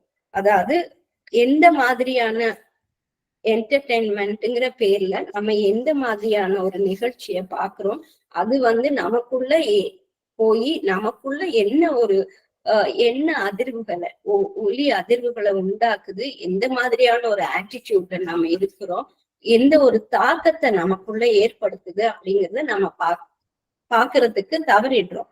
அதாவது ஜஸ்ட் இதுதானே, அதை பார்க்கலாம், அதுக்கப்புறம் திருப்பியும் நெக்ஸ்ட் அப்படின்னு போயிட்டே இருக்கிறமே ஒழிய அந்த ஒரு டைம் லிமிட்ல இருந்து இதுல இருந்து வெளியில வரணும், இதையும் விட பெரிய அரிதான விஷயங்கள் இருக்கு அப்படிங்கிறத பாக்குறதுக்கு நம்ம இப்போ இந்த சிச்சுவேஷன்ல இப்போ இருக்கிற இந்த காலகட்டத்துல நம்ம அதையெல்லாம் விட்டுட்டு இதுதான் நமக்கு பொழுதுபோக்குறதுக்கு கூடிய அம்சம்னா இதுதான் அப்படின்னு நினைச்சிட்டு இருக்கோம். அதாவது எது நமக்கு நல்லது, we know it is not good but it is pleasurable. அப்படி நமக்கு தெரியுது டிவி பாக்குறது தப்பு, பட் இட் இஸ் pleasurable. அதுல எனக்கு ஒரு சந்தோஷம் கிடைக்குது, அதனால நான் பாக்குறேன். அத வேற வழி இல்ல, அதை தவிர்க்க வேளாம நம்ம பாத்துட்டு இருக்கோம். பொழுதுபோக்கு அப்படிங்கிற அம்சத்துல ஒரு பெயர்ல நம்ம ஒரு ஒரு ஒரு சின்ன ஒரு எக்ஸாம்பிள் என்னன்னா, பொழுதுபோக்குங்கிற பெயர்ல நாம ஒரு இடத்துக்கு நீந்த போறோம். அப்படியே போயிட்டு இருக்கும் போது கடைசியில என்ன பண்றோம், நாம ஒரு பெரிய திமிங்கலம் இருக்கிற கடலுக்குள்ள போய் விழுந்துடுறோம். அதுல இருந்து வெளியில வர முடியாம திருப்பி அதுக்குள்ளேயே சுழந்துட்டு இருக்கிறோம். அதாவது என்டர்டெயின்மெண்ட் அப்படிங்கிறது ஒரு டிசையர் அல்லது ஒரு விதமான பசி. அதுக்கு நம்ம என்ன ஃபுட்டு சாப்பிடுறோமோ அதுதான் இம்பார்ட்டன்ட். நம்ம என்ன இன்டேக் பண்றோமோ அதுதான் நமக்கு வெளியில வரும். என்ன வார்த்தை, என்ன சிந்தனைகளை நம்ம இன்டேக் பண்றோமோ அதுதான் நம்ம கிட்ட இருந்து ரிஃப்ளெக்ட் ஆகும். சோ அதை விட்டுட்டு நம்ம நிறைய, அதாவது டிவி பாக்குறது தப்புன்னு இல்லை, அதுல நல்ல விஷயங்களும் இருக்கு, வேண்டாத விஷயங்களும் இருக்கு. அதாவது நல்ல விஷயங்களை பார்க்கும்போது நமக்கு என்ன மாதிரியான ஒரு மனநிலையில இருக்கும், அது மாதிரி என்ன மாதிரியான ஒரு பீஸ் ஆஃப் மைண்ட் நமக்கு கிடைக்குது. வேண்டாத விஷயங்களை பார்க்கும்போது அன்னைக்கு நம்ம அந்த வைப்ரேஷனும் அந்த ஒரு நம்மளோட மனநிலையும் எப்படி மாறுது அப்படிங்கறத நம்ம டெய்லி கண்கூடா நம்ம பார்த்துட்டு இருக்கோம். அதுக்கு எக்ஸாம்பிள் ஸ்விம்மிங் பூல்ல வச்சுப்போம். ஒரு ஸ்விம்மிங் நாம எனக்கு ஸ்விம் பண்ணணும். நான் எதுக்காக ஸ்விம்மிங் பண்ண போறேன்? என்னோட ஃபிட்னஸ்க்காக நான் ஸ்விம்மிங் பண்ண போறேன். அப்போ போகும்போது ஒரு பிசிக்கல் ஃபிட்னஸ்க்காக நான் ஸ்விம் பண்ண போறேன். மேபி ஸ்விம்மிங் இல்ல வேற எந்த ஒரு ஃபிட்னஸ்க்காக இருக்கலாம். பிசிக்கல் ஃபிட்னஸ்க்காக நம்ம ஒரு இது தேர்ந்தெடுக்கிறோம், ஒரு ஆக்டிவிட்டியை தேர்ந்தெடுக்கிறோம். அது என்னோட ஹெல்த்துக்காக தான் நான் அதை தேர்ந்தெடுக்கிறேன். அப்போ அந்த இடத்துக்கு போறதுக்கு முன்னாடி இப்ப நம்ம ஒரு ஸ்விம்மிங் பூலுக்கு ஸ்விம்மிங் நான் கத்துக்க போறேன், என்னோட ஹெல்த்துக்காக நான் டெய்லி ஸ்விம் பண்ணணும், அது எனக்கு ரொம்ப நல்லது அப்படிங்கிறதுக்காக நான் போகும்போது நான் என்ன பண்றேன், ஃபர்ஸ்ட் அந்த ஸ்விம்மிங் பூல் போறேன். அந்த ஸ்விம்மிங் பூல் சுத்திலும் அந்த இடம் எப்படி இருக்கு, கிளியரா இருக்கா, அந்த வாட்டர் கிளியரா இருக்கா, அந்த இடம் ஓகேவா, என்னெல்லாம் நம்ம அங்க இருக்கிறத பத்தி நம்ம பாக்குறோம், எந்த அளவுக்கு அங்க ஹைஜீன் இருக்கா, அந்த தண்ணி நமக்கு ஒத்துக்குமா ஒத்துக்காதா அப்படின்னு எல்லாம் நம்மளோட ஒரு பிசிக்கல் ஆக்டிவிட்டிக்கே, ஒரு பிசிக்கல் ஃபிட்னஸ்க்கே நம்ம இதையெல்லாம் பார்க்கும்போது அதே மாதிரி நம்மளோட மென்டல் ஃபிட்னஸுக்கும் அந்த மென்டல் ஃபிட்னஸ்லயும் ஹைஜீனிக் இருக்கா இல்லையா, இது நமக்கு ஒத்துக்குமா ஒத்துக்காதா, இதை நம்ம பார்த்தா நமக்கு நல்லதா கெட்டதா அப்படிங்கறத நாம சிந்திக்கணும். சோ எந்த ஆக்டிவிட்டி, எந்த ஒரு விஷயத்த பண்றோம் அப்படிங்கிறது நமக்கு தெரியணும். அதாவது ஸ்ரேயஸ் அண்ட் பிரேயஸ்ன்னு சொல்லுவாங்க. ஸ்ரேயஸ்னா என்ன, வாட் இஸ் குட், பிரேயஸ்னா வாட் இஸ் பிளஷரபிள். அதாவது எது எனக்கு நல்லது, எது எனக்கு மகிழ்ச்சியை கொடுக்குது, அதை வேறுபடுத்தி பிரிச்சு பார்க்க தெரியும். அதாவது எனக்குரிய பர்பஸ் என்ன அப்படிங்கிறத நம்ம கண்டுபிடிக்கணும்.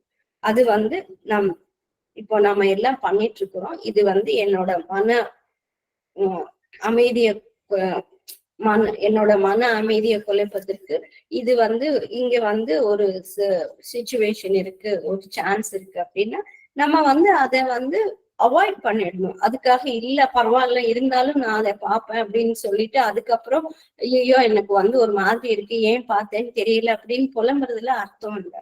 எப்பவுமே இந்த நேம் ஆஃப் த என்டர்டெயின்மெண்ட் அப்படிங்கிற பேர்ல நம்ம ஒரு வல்காரிட்டிக்குள்ள போயிடக்கூடாது. இந்த name of the entertainment do not allow vulgarity. ஒருவருக்கு ஒழுக்கக்கேடு ஏதுமின்றியே தன் இருக்க நிலையை தளர்த்தக்கூடும், இழிவு நிலைக்கு போகாமலேயே இளைப்பாறக்கூடும், தன் இயல்பில் இருக்கும் கீழ்த்தரமானவற்றையெல்லாம் மேற்பரப்புக்கு கொண்டு வராமலேயே ஓய்வெடுக்கக்கூடும். தவ ஒழுக்கத்தினால் மேற்கூறிய தேவைகளும் கூட தம் இயல்பில் மாற்றமடைகின்றன. இருக்க நிலையை தளர்த்துவது அகமௌனமாகி விடுகிறது, இழைப்பாறுவது உயரிய இன்ப நிலையாகி விடுகிறது. அதே மாதிரிதான் நம்மளோட ஸ்பீச்சும். இப்ப அந்த ஆன்மீக பேச்சு அப்படின்னு சொல்லுவாங்க, ஸ்பிரிச்சுவல் ஸ்பீச் அப்படின்னு சொல்லுவாங்க. அதாவது நம்மளோட பேச்சு எந்த மாதிரியான பேச்சை நம்ம பேசுறோம், அது எப்படி எல்லாம் நம்மளோட ஸ்பிரிச்சுவல் எக்ஸ்பீரியன்ஸையும் ஆகட்டும், நம்மளோட நம்ம எல்லாருமே ஸ்பிரிச்சுவாலிட்டிக்குள்ள இருக்கிறோம். அப்ப நம்ம பேச்சு எப்படி இருக்கணும், நம்ம அதை எப்படி பேசணும், அதை எப்படி கடைபிடிக்கணும் அப்படிங்கிறத பத்தி பார்க்கலாம். பேச்சின் மதிப்பு பேசப்படும் விஷயத்தை மட்டுமே பொறுத்ததாகும் என்று நம்பிவிட வேண்டாம்.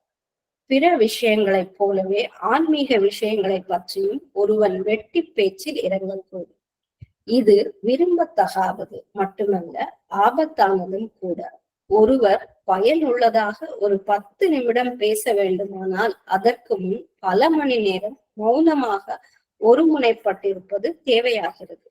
ஆன்மீக விஷயங்களை பொறுத்தவரை மிக கண்டிப்பான விதிமுறைக்கு உட்பட்டுத்தான் பேச்சை பயன்படுத்த வேண்டும். முற்றிலும் இன்றியமையாதவற்றை மட்டுமே பேச வேண்டும். அதாவது எப்பவுமே நம்மளோட அந்த பேச்சு வந்து கரெக்டா இருக்கணும். அதே மாதிரி அது வந்து எவ்வளவு உண்மையா இருக்கணுமோ அந்த அளவுக்கு உண்மையா இருக்கணும். அதுதான் சத்தியம், சிவம், சுந்தரம் அப்படின்னு நம்ம சொல்றோம். Truth, good and beauty. அதாவது உண்மையா பேசணும், நல்லதா பேசணும், அதை வந்து ரொம்ப அழகா பேசணும். ஆன்மீக அனுபவங்களை பற்றி வெளியே சொல்லக்கூடாது என்பது எல்லோரும் அறிந்த விஷயம்தான். இந்த அனுபவங்களில் அடங்கியுள்ள சாரம் காற்றில் பறந்து போகக்கூடாது என்று நினைத்தால் சாதகன் அது பற்றி பேசாமல் இருக்க வேண்டும். அதாவது சாதகன் தன் அனுபவங்களின் உட்பொருளை தெரிந்து கொள்வதற்காக தனது குருவிடம் மட்டுமே அதை வெளியிடலாம். அவரிடம் சொல்லும் போது எந்த ஆபத்தும் நேரிடாது. உன்னுடைய குரு எவராயிருப்பினும் எல்லா சந்தர்ப்பங்களிலும் அவருடைய நம்பிக்கைக்கு உரியவனாக நடந்து கொள்ள வேண்டும். உன்னால் எவ்வளவு தூரம் செல்ல முடியுமோ அவ்வளவு தூரம் அவர் உன்னை இட்டு செல்வார். இறைவனே உன் குருவாக வாய்க்கும் நற்பேறு உனக்கிருந்தால் நீ அடையக்கூடிய சித்திக்கு எல்லையே இராது. அதாவது நமக்கு எல்லாம் பாத்தீங்கன்னா மதுரன்ஷர பிந்தோவே நம்மளோட குருவா கிடைச்சிருக்காங்க. சோ அந்த மாதிரி இருக்கும்போது நம்ம எப்படி நடந்துக்கணும், எப்படி இருக்கணும், அவங்க சொல்றத நம்ம எப்படி கடைபிடிச்சு வரணும் அப்படிங்கிறத பார்த்தோம்னா இதை விட பெரிய பேரு நமக்கு எதுவுமே இல்லை. நம்ம வந்து எந்த குரு கிட்டையும் போக தேவையில்லை. குரு வந்து எப்பவுமே நம்ம கூடயே இருக்காங்க. சோ அதனால அதை எந்த அளவுக்கு நம்ம பயன்படுத்திக்கணுமோ அந்த அளவுக்கு பயன்படுத்திட்டு நம்மளோட வாழ்க்கையில எவ்வளவு தூரம் முன்னேற முடியுமோ அவ்வளவு தூரம் நம்ம முன்னேற.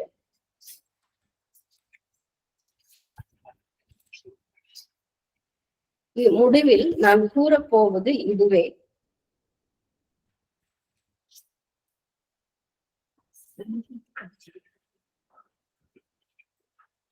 உன் பேச்சு மெய்மையை வெளிப்படுத்த வேண்டும் என்றும் அது வாக்கின் சக்தியை பெற வேண்டும் என்றும் நீ விரும்பினால் நீ என்ன பேச போகிறாய் என்பதை பற்றி முன்பிருந்தே ஒருபோதும் எண்ணாதே. எது கூறத்தக்கது எது கூறத்தகாதது என்று முன்னரே முடிவெடுக்காதே. நீ கூற விரும்பியது என்ன விளைவை கொடுக்கும் என்று கணிக்காதே.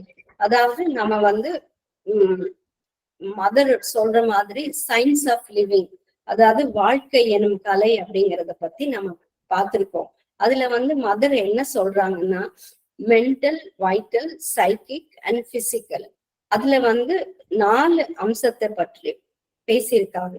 இது வந்து நமக்கு எல்லாம் ஒரு பொக்கிஷம் மாதிரி. அதுல வந்து அந்த அதை ஒரு பொக்கிஷம் நினைச்சு நம்ம வந்து அதுல ஒன்றி நம்ம வாழ்ந்துட்டு வந்திருந்தோம்னா அது வந்து ஒரு ஊற்று போல நமக்குள்ள இருந்து வெளிப்படும். யாம் பெற்ற இன்பம் இவ்வையகமும் பெற வேண்டும். ஒரு மேன்மையான கருத்தை நான் அடிப்படையாக கொண்டு வாழ்ந்து கொண்டிருந்தேனால் என்னோட வாழ்க்கை முறையே அந்த கருத்தின் ஒரு அங்கமா மாறிடுது. அதை வந்து நான் மற்றவரிடம் பகிர்ந்து கொள்ளும் ஒரு வாய்ப்பு எனக்கு ஏற்பட்டா அந்த கருத்து வந்து என்னுள்ள வந்து நீரூற்று மாதிரி வெளிப்படும். அதை போய் நான் வந்து படிச்சோ எக்ஸ்பீரியன்ஸ் பண்ணியோ பேச முடியாது. அது எனக்குள்ள இருக்கு. அது எப்ப வேணாலும் எனக்குள்ள இருந்து எங்க வேணாலும் எப்படி வேணாலும் அந்த ஒரு மகிழ்ச்சியோட நீரூற்று மாதிரி பொங்கி வரும். அப்போ இதுக்காக இது மூலமா நான் இப்படி சொல்றது பேசுறது மூலமா எனக்கு பேரு புகழோ கிடைக்குங்கிறது வந்து என்னோட நோக்கம் கிடையாது. அதே மாதிரிதான் நாம என்ன பண்றோம், என்ன செய்யறோம், எந்த மாதிரி இருக்கணும் அப்படிங்கறத வந்து நம்மளோட வாழ்க்கைய இது வந்து ஒரு குறிக்கோளா நம்ம வந்து எடுத்துக்கணும். இந்த குறிக்கோள்ல நான் வந்து எவ்வளவு தூரம் பயனுறைகிறோம், எவ்வளவு தூரம் என்னோட ஆஸ்பிரேஷன் எப்படி இருக்கு. அதாவது நம்மளோட ஆஸ்பிரேஷன் வந்து ஒரு நீரூற்று மாதிரி நம்ம கிட்ட இருந்து வெளிப்படப்பட நம்ம வந்து நம்மளோட கோலை வந்து அடையறதுக்கு ஒரு ஏதுவா இருக்கும். அது வந்து அந்த ஒரு ரிவர் எப்படி ஒரு ஒரு நீரூற்றா மாதிரி அது போய் எப்படி ஒரு கடல்ல வந்து வளைஞ்சு போய் கலக்குதோ அதே மாதிரி என்னுடைய ஆர்வமும் என்னுடைய அந்த பேரார்வமா மாறி என்னோட குறிக்கோளை அடையறதுக்கு அது வந்து ஒரு ஒரு அது என்ன சொல்றது, நமக்குள்ள அந்த நீரூற்று மாதிரி வெளியில வந்து அதை வந்து அது கூட நம்ம அந்த குறிக்கோளோட கலக்கிறதுக்கு அது ஒரு நெம்புகோலா இருக்கும் அப்படின்னு சொல்லுவாங்க. அப்போ த கோல் வந்து என்னோட கோல் வந்து ரொம்ப பியூரா இருக்கணும். த கோல் இஸ் சோ பியூர். அதுதான். அப்போ அன்னையோட இந்த கருத்து வந்து ஒரு கடல் மாதிரி. அது எப்பேற்பட்ட கடல். சோ அதுக்கு வந்து அந்த கடலுக்குள்ள நம்ம போறதுக்கு நம்ம எவ்வளவு தூரம் தயார்படுத்திக்கணும் அப்படிங்கிறது இது வந்து ஆஹ் நம்ம இவ்வளவு நேரம் நம்ம பார்த்த விஷயங்கள். அதாவது முடிவுல வந்து என்னன்னா இதுதான் குறிக்கோளை அடைய வேண்டும்னா நம்ம வந்து என்ன மாதிரி இருக்கணும், நம்மளோட டெய்லி லைஃப வந்து எப்படி இருக்கணும். அதான் மதர் சொல்றாங்க டெய்லி வந்து நீ இதெல்லாம் நம்ம இப்ப எல்லாம் பேசுறோம் எல்லாம் கேட்கிறோம், ஆனா அதோட விட்டுடக்கூடாது. டெய்லி லைஃப்ல வந்து நம்ம வந்து பிராக்டிஸ் பண்ணணும். மதர் சொல்றாங்க டெய்லி ஒரு 1 hour ஒரு மணி நேரம் நம்ம உட்கார்ந்து இன்னைக்கு காலையில இருந்து சாயந்தரம் வரைக்கும் என்னென்ன பேசணும், நம்மளோட வாயில இருந்து எந்த மாதிரியான சொற்கள் வந்தது, அது வந்து நமக்கு தேவையா இல்லையா, நமக்கு வந்து அது ரொம்ப அவசியம் இல்லையா அப்படிங்கறத பத்தி டெய்லி நம்ம வந்து பார்த்து பிராக்டிஸ் பண்ணிட்டு வர ஒரு நாள் வந்து நம்ம கிட்ட இருந்து அதாவது அந்த தேவையில்லாத பேச்சே வராது. தேவையானது எதுவோ அதை மட்டும்தான் நம்ம பேசுவோம். அந்த கான்சியஸோட நம்ம டெய்லி அதை பிராக்டிஸ் பண்ணோம்னா கண்டிப்பா நம்ம வந்து மதர் என்ன நினைக்கிறாங்களோ அந்த மாதிரி இந்த வாக்கு கட்டுப்பாடு என்னன்னு புரிஞ்சுட்டு அதே வந்து நம்மள வந்து நமக்குள்ள அதை டெய்லி ரிஃப்ளெக்ட் பண்ணுறது நமக்கு வந்து அது ஒரு கருவியா ஏற்ற ஒன்றுகோலா இருக்கும்னு நினைக்கிறேன். அதுக்கு வந்து மதர் என்ன சொல்றாங்கன்னா, முதல்ல மனதில் மௌனமாக இருங்கள், இடையரா ஆர்வ பாவத்தோடு அசையாமல் இருங்கள். உங்கள் ஆர்வம் நேர்மையானதாக இருந்தால் நீங்கள் பேசுவது மிக எளிமையான பேச்சாக இருக்கும். எதை சொல்ல வேண்டுமோ அதை பற்றி மட்டுமே சொல்வீர்கள். அதுவே நம்மளோட குறிக்கோளா இருக்கணும். All knowledge, all wisdom, all consciousness. அதுனா எப்பவுமே நம்ம வந்து எல்லாமே வந்து அறிவுபூர்வமா இருக்கணும். அதுவே ஞானமா மாறிடணும். அதுவே நம்மளுடைய கான்சியஸ் உணர்வா மாறிட்டோம்னா நம்ம வந்து அந்த உணர்வோட கலந்துட்டோம்னா நம்ம வந்து என்ன பண்றோம், என்ன செய்யறோம், என்ன பேசுறோம் அப்படிங்கறது வந்து நம்ம வந்து தெரிஞ்சு பேசுறோமா தெரியாம பேசுறோமான்னு பார்க்க வேண்டாம். அது தன்னால நமக்குள்ள இருந்து நம்ம பேச வந்ததை கரெக்டா பேசுறதுக்கு உண்டான ஒரு கருவியா நம்மளோட உடம்பு மனசு சைக்கிக்ல இருந்து நம்ம அதை டெய்லி பிராக்டிஸ் பண்ண அது தானா ஸ்பான்டேனியஸா நமக்குள்ள இருந்து வெளியில வரும். இவ்வளவு நேரம் எனக்கு இந்த உரையை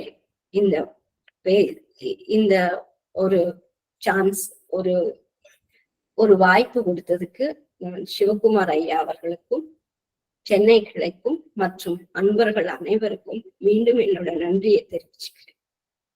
நன்றி. ஜெயஹிந்த். தேங்க்யூ. அன்பர்கள் கருத்துக்களை பகிர்ந்து கொள்ளணும்னா பகிர்ந்து கொள்ளலாம்.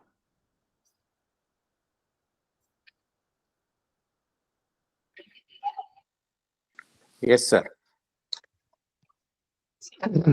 இந்த நமது ஷமலா அவர்கள் எடுத்துக்கொண்ட டாபிக்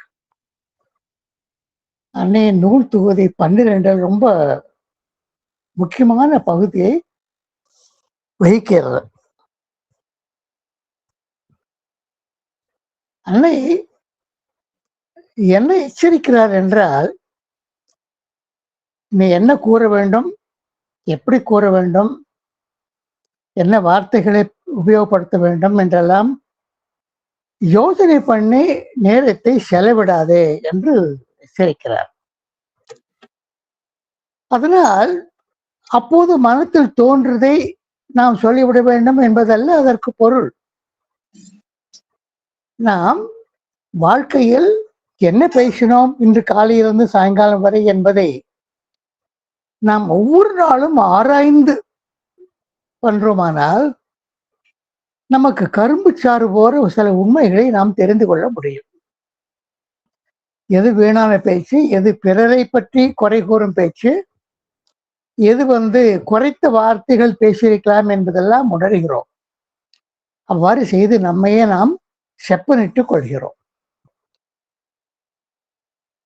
ராமாயணத்தில் வாக்கியஜ்ஞா வாக்கிய விசாரதா என்று 2 பொருள் 2 வாக்கியம் வருகிறது.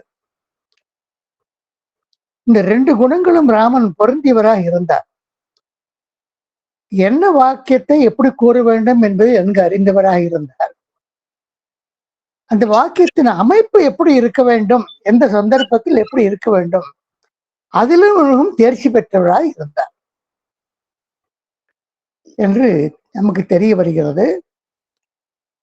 மிகவும் கடினமான விஷயங்களை ரொம்ப எளிமையாக நமக்கு தெரியப்படுத்தினார். இது ஒரு மிகவும் கவனமாக உள்வாங்கிக் கொண்டிய வேண்டிய விஷயமாதலால் வித்தவுட் ஸ்ட்ரெயின் இதை கேட்க முடியாது வழக்கு சாதாரணமாக. ஆனால் வித்தவுட் ஸ்ட்ரெயின் நம்மளால் கேட்டு நம்மளால் உள்வாங்கிக் கொண்டு முடிகிறது. அவருக்கு நம்முடைய வாழ்த்துக்கள், நன்றியும் உரித்தாகிறது. மிக்க நன்றி ஐயா. தேங்க்யூ. நாகலட்சுமி மேடம், தென் ராதாராணி மேடம். எஸ், வணக்கங்க. Thank you so much. ரொம்ப தட் இஸ் நல்ல ஸ்பீச்ன்றதோட எனக்கு இந்த டயத்துக்கு ஏத்ததுன்னு நினைக்கலாம். பிகாஸ் என்ன ஒரு சின்ன எக்ஸாம்பிள் என்னன்னா, நான் வந்து யூஸ்வலாக எங்கள் அம்மாவிட்ட நைட் ஆஃபீஸ்லேருந்து வந்து பேசும்போது எங்கள் அம்மா வில் பி வாட்சிங் அ டிவி. ஸோ நானும் எங்கள் அம்மா கூட டைம் ஸ்பெண்ட் பண்ணேன்னு நினச்சிட்டு நானும் உட்காந்து அந்த சீரியல் பார்த்துட்டே இருப்பேன். நான் சொல்லிட்டு இருந்தேன் என் சிஸ்டர்ஸோட, நான் அம்மாக்காக பார்க்குறேன்னு. ஆனால் நான் இப்போ ஒரு 4 நாளைக்கு முன்னாடி தான் எங்கள் அம்மா வெளில போயிருந்தாங்க. பட் நானே இந்த டிவி ஆன் பண்ணி அந்த சீரியல் பார்க்க ஆரம்பிச்சிட்டேன். அப்படிதான் தோணுச்சு, ஐயோ நம்ம கேஜெட்ஸ்ல ரொம்ப டைம் ஸ்பெண்ட் பண்றோம், இந்த டிவி இது எல்லாமே மொபைல். ஆனா நம்ம ஒரு சமாதானம் சொல்லிக்கிறேன் நானு, ஓகே சும்மா வீட்டுல இருக்கிறவங்களுக்காக பாக்குறோம், நம்ம உட்காந்துருக்கோம், அவங்க பாக்குறாங்க, நாமளும் சேர்ந்து பாக்குறோம்னு. ஆனா அது ஒரு டைம்ல நம்மளே அறியாம அதுக்குள்ள ரொம்ப இன்வால்வ் ஆகி நம்மளோட டைம் இவங்க சொல்ற மாதிரி அது வந்து எந்த மாதிரி தாக்கம் நமக்குள்ள ஏற்படுத்துது, ஒரு நெகட்டிவ் தாக்கம்ன்றது இன்னைக்கு ரொம்ப நல்லா ஷியாமலாவோட பேசல புரிஞ்சது. And thank you so much Shyamala. Thank you Nagalakshmi. Thank you. Radharani madam. வணக்கம்மா. உங்க பேச்சு ரொம்ப இதமா இனிமையா இருந்தது. எனக்கு என்னவோ இந்த மருந்து தினமும் சாப்பிட்டா நல்லா இருக்கும் போல இருக்கே, அப்படி ஒரு ஃபீலிங் பேக்ரவுண்ட்ல இருந்து வந்துட்டே இருந்தது. யாரானு தினமும் இதை நமக்கு சொல்லி தர மாட்டாங்களான்னு. ஆனா கடைசியில நீங்களே சொன்னீங்க, தினம் 1 மணி நேரம் நம்மளே உட்காந்து அதை செக் பண்ணணும் நம்மளேன்னு. அது ரொம்ப சந்தோஷமா.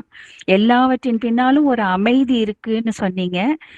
அமைதியோட நம்ம கனெக்ட் பண்ணிக்கணும்.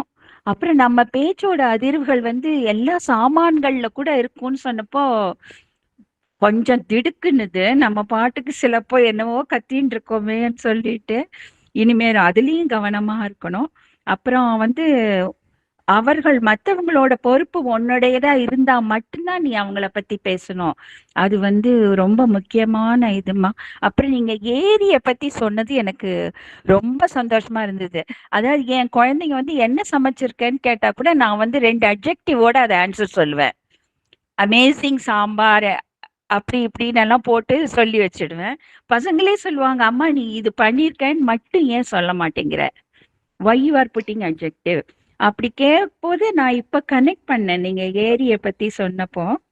அப்புறம் குறைவாக பேசு, உனக்குள்ள நடக்கிறதே உனக்கு தெரியாதப்போ நீ எப்படி மற்றவரை பத்தி என்னெல்லாம் சொல்லலாம் அப்படின்னப்போயும் ரொம்ப நல்லா இருந்தது.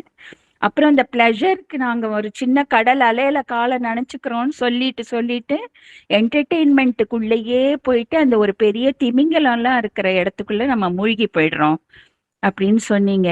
அது ரொம்ப உண்மைமா, ரொம்ப உண்மை. நமக்கு தெரியாமலேயே அது நடந்து விடுறது. அது நம்ம ரொம்ப கான்சியஸா இருக்கணும். கடைசியில நான் ஒரே ஒரு அஃபோரிசம் ஷேர் பண்றேன்.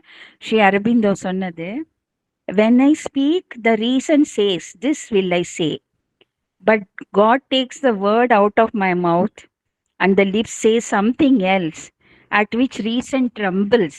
அதோட அர்த்தம் எனக்கு முழுமையா புரியுதோ என்னமோ, ஆனா எனக்கு எப்பவும் அது வந்து தோணும் உண்மை மாதிரி. தேங்க்யூமா, thank you so much. Thank you so மச்மா. இது வந்து என்னோட கருத்து எதுவும் இல்லை, மதர் சொன்னதை கொஞ்சம் சிம்பிளிஃபை பண்ணி கொஞ்சம் எக்ஸாம்பிள்ஸோட நான் உங்களுக்கு இப்போ வந்து இந்த உரையில என்னால எடுத்து கூற முடிஞ்சது. எஸ்மா. த்ரூ மதர் நீங்க வந்து மதர் சொன்னது சொன்னேன்னு சொல்றீங்களே, த்ரூ மதரால தான் மதர் தான் உங்களை சொல்ல வைக்கிறாங்க. எங்களுக்கு வந்து அதை கேட்கறதுக்கு ஒரு வாய்ப்பையும் மதர் தராங்க. அது ரொம்ப உண்மைமா. தேங்க்யூமா. தேங்க்யூ ஸோ மச் அம்மா. Thank you thank you. வேற ஏதாவது கருத்துக்கள் இருந்தால் பகிர்ந்து கொள்ளலாம்.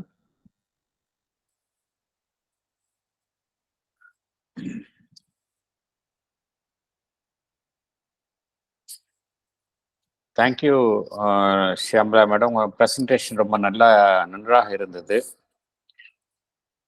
இந்த பேச்சு கட்டுப்பாடு அப்படிங்கிறது நம்ம எல்லோருக்கும் மிகவும் ரொம்ப அவசியம். Especially Mother and Sri Aurobindo வந்த பிறகு இதை நாமே உணர்கின்றோம். ஏன்னா நாம் எல்லாம் மறந்து வைத்தது எல்லாமே இந்த மனதை கட்டுப்படுத்தது. ஏதோ ஒரு அரை மணி நேரமோ 1/4 மணி நேரமோ மனதை அமைதிப்படுத்தி தியானம் பழகுதல் அப்படிதான் தெரிஞ்சு வச்சுட்டு இருக்கோம். மற்றபடி இந்த 23 hours வந்து நம்ம நிறைய லூஸ் ஸ்டாக் பண்றோம். அதை பத்தி நம்ம கேர் எடுத்துக்கிறது இல்லை. ஆனா அதுக்கு தான் நம்ம ஸ்ட்ரெஸ் கொடுக்கணும் அப்படின்னு சொல்றாங்க. இதுல இந்த நீங்க அன்னை கூறுகின்ற மாதிரி அந்த கான்சியஸ் சைலன்ஸ், அந்த உணர்வுள்ள அந்த மௌனத்தை நம்ம அகத்தில் வரவழைக்க வேண்டும் என்று கூறினீர்கள். அதே போல இன்னொரு முக்கியமான கருத்து, நம்ம பணிபுரியும் பொழுது எவ்வளவுக்கு எவ்வளவு நாம் மௌனத்தில் பணிபுரிகின்றோமோ அந்த அளவிற்கு நம்மால் சிறப்பாக பணிபுரிய முடியும் என்று கூறினீர்கள். இதெல்லாமே அன்னையினுடைய அருள்மொழிகள். அதே போல ஒரு குழுவில் இருக்கும் பொழுது, ஒரு குடும்பமோ ஒரு குழுவில் இருக்கும் பொழுது குறைவாக நம்ம யூஸ்வலாக என்ன பண்றோம்னா நிறைய பேசுகின்றோம். ஆனா எந்த அளவுக்கு கம்மியாக பேசுகின்றோமோ அந்த அளவிற்கு என்ன நடைபெறுகின்றது என்றால் பேச்சுக்களுக்கு பதிலாக அந்த உள்முகமான தொடர்பு ஏற்படுகின்றது. ஆகையினால் குறைந்த வார்த்தையிலேயே நாம் தெரிவிக்க வேண்டிய கருத்துக்களை நாம் தெரிவித்துக் கொள்கின்றோம். இதை பழக்க வேண்டும் என்று அன்னை கூறிய கருத்தை கூறினீர்கள். அதே போல உணர்ச்சி வயப்படும் பொழுது அமைதி காத்தல், பயனற்ற பேச்சு, மற்றவர்களை குறித்த கணிப்புகள், ஒருதலைப்பட்ட கணிப்புகள், மிகைப்படுத்துதல்கள், இதெல்லாம் நம்மளுடைய பேச்சு கட்டுப்பாடு இல்லாமல் இருப்பதனால்தான் வருகின்றது. இன்னொரு முக்கியமான விஷயம், நம்ம நிறைய தடவை பார்க்குறோம். நாமே வந்து ஒரு உயர்வான இடத்துக்கு செல்கின்றோம். உதாரணத்திற்கு ஆசிரமத்துக்கு செல்கின்றோம். ஆசிரமத்துக்கு செல்கின்ற பொழுது என்ன நடைபெறுகின்றது என்றால், அந்த உள்ளே சென்று சமாதி தரிசனம் செய்கின்றோம். அந்த நேரத்தில் மௌனம் காட்கின்றோம். பின்பு போகும் பொழுதும் சரி வரும் பொழுதும் சரி இடைவிடாமல் பேசிக்கொண்டு வருகின்றோம். இதனால் என்ன நடைபெறுகின்றது என்றால், அன்னை என்ன கூறுகின்றார்கள்? there is a dispersion of consciousness என்று கூறுகின்றார்கள். உணர்வு நிலை சிதறண்டு போகின்றது என்று கூறுகின்றார்கள். ஒரு உயர்வான இடத்துக்கு செல்கின்றோம் என்றால் அதற்கு முன் முழுமையான அமைதியை காத்தல் வேண்டும். அப்பொழுதுதான் நம்மால வந்து அந்த கான்சியஸ்னஸ் ரிசப்டிவாக இருக்கும் என்று கூறுகின்றார்கள். பின்பு அந்த இடத்துக்கு சென்ற பிறகு எதை பெற்றுக்கொண்டோமோ அதை நாம் தக்க வைத்துக் கொள்ள வேண்டும். என்ன நடைபெறுகின்றது? உடனடியாக பேச ஆரம்பித்து விடுகின்றோம். அந்த நிமிஷத்தில் கிடைத்தவர்கள் எல்லாம் நம்மை விட்டு நழுவி போகின்றன. அதே போல அந்த ஒலி அதிர்வுகள் நம்ம சூழலில் எதிர்மறையான சொற்களை சொல்லும் பொழுது அந்த ஒலி அதிர்வுகள் நம்ம சூழலில் பாதிப்பை உண்டு பண்ணுகின்றன என்று கூறினீர்கள். பிறரை பற்றி பேசும் பொழுது நாம் அவர்களுக்கு பொறுப்பேற்காத நிலையில் நாம் பிறரை பற்றி பேசுவதற்கு எந்த விதமான உரிமையும் கிடையாது என்கின்ற அன்னை கருத்தை கூறினீர்கள். ஒன்றை நாம் பார்க்கும் பொழுது நம்முடைய அப்சர்வேஷன் எப்படி இருக்க வேண்டும் என்றால் நான் ஜட்ஜ்மெண்டல், அதை பற்றி கணிப்பே எதுவும் இல்லாமல் பியூர்லி அப்ஜெக்டிவாக இருக்க வேண்டும் என்று கூறினீர்கள். அதே போல இன்னொரு முக்கியமான கருத்தை கூறினீர்கள். அன்னை என்ன கூறுகின்றார்கள்? அந்த ஃபீல்ட் ஆஃப் தி இன்டெலெக்ட், புத்தியினுடைய களம், அங்கு எல்லாருமே அறிவின் அடிப்படையில் தான் செயல்பட வேண்டும். கருத்துக்கள் அறிவின் அடிப்படையில் தான் வெளிப்படுத்தப்பட வேண்டும். Purely the domain of the intellect. ஆனால் அன்னை என்ன கூறுகின்றார்கள்? அங்கு அது மாதிரி நடைபெறுவது இல்லை என்று கூறுகின்றார்கள். இட் இஸ் நாட் ஹேப்பனிங் அப்படிங்கிறாங்க. என்ன கருத்து என்றால், அங்கேயும் என்ன நடைபெறுகின்றது என்றால் அவரவர் அவர்களுடைய சொந்த கருத்துக்களை திணிக்கின்றார்கள். அங்கு அந்த அப்ஜெக்டிவிட்டி காணப்படுவது இல்லை என்று அன்னை கூறுகின்றார்கள். இந்த கருத்தையும் நீங்கள் கூறினீர்கள். அதே போல எதுவுமே இந்த உலகத்தில் காணக்கூடிய விஷயங்கள் தனித்தனியே அவைகள் தீமையானவை இல்லை. ஆனால் அவைகள் இருக்க வேண்டிய இடத்தில் இருப்பதில்லை. அதுதான் காரணமே ஒழிய விஷயங்கள் தாமே தீயவையோ கெட்டவையோ தீயவையோ நன்மையானவையோ கிடையாது. But they are not in that place என்ற கருத்தை கூறினீர்கள். எதை தெரிவிக்க வேண்டும், எதை பேச வேண்டும், எது உலகத்தை உருமாற்றக்கூடிய சொற்களோ அதை மாத்திரமே நாம் பேச வேண்டும் என்கின்ற அன்னையின் கருத்தை கூறினீர்கள். ஏனென்றால் அத்தகைய வார்த்தைகள் இந்த உலகை திருவுருமாற்றம் செய்யும் சக்தி மிக்கவை. அத்தகைய சொற்களையே நாம் பயன்படுத்த வேண்டும் என்று கூறினீர்கள். இறுதியாக எல்லோருமே சிக்கிக்கொள்ளும் அந்த கேளிக்கை என்ற பெயரில் நாம் தேவையற்றதை பார்க்கின்றோம். எது நம்முடைய ஆன்மாவிற்கு தேவையோ ஸ்ரேயஸ், அதை மாத்திரமே நாம் நாட வேண்டும். இந்த பிரேயஸ் என்று நம்முடைய எதை நாம் மகிழ்விக்கின்றதோ அதை நாம் தவிர்க்க வேண்டும் என்ற கருத்தை கூறினீர்கள்.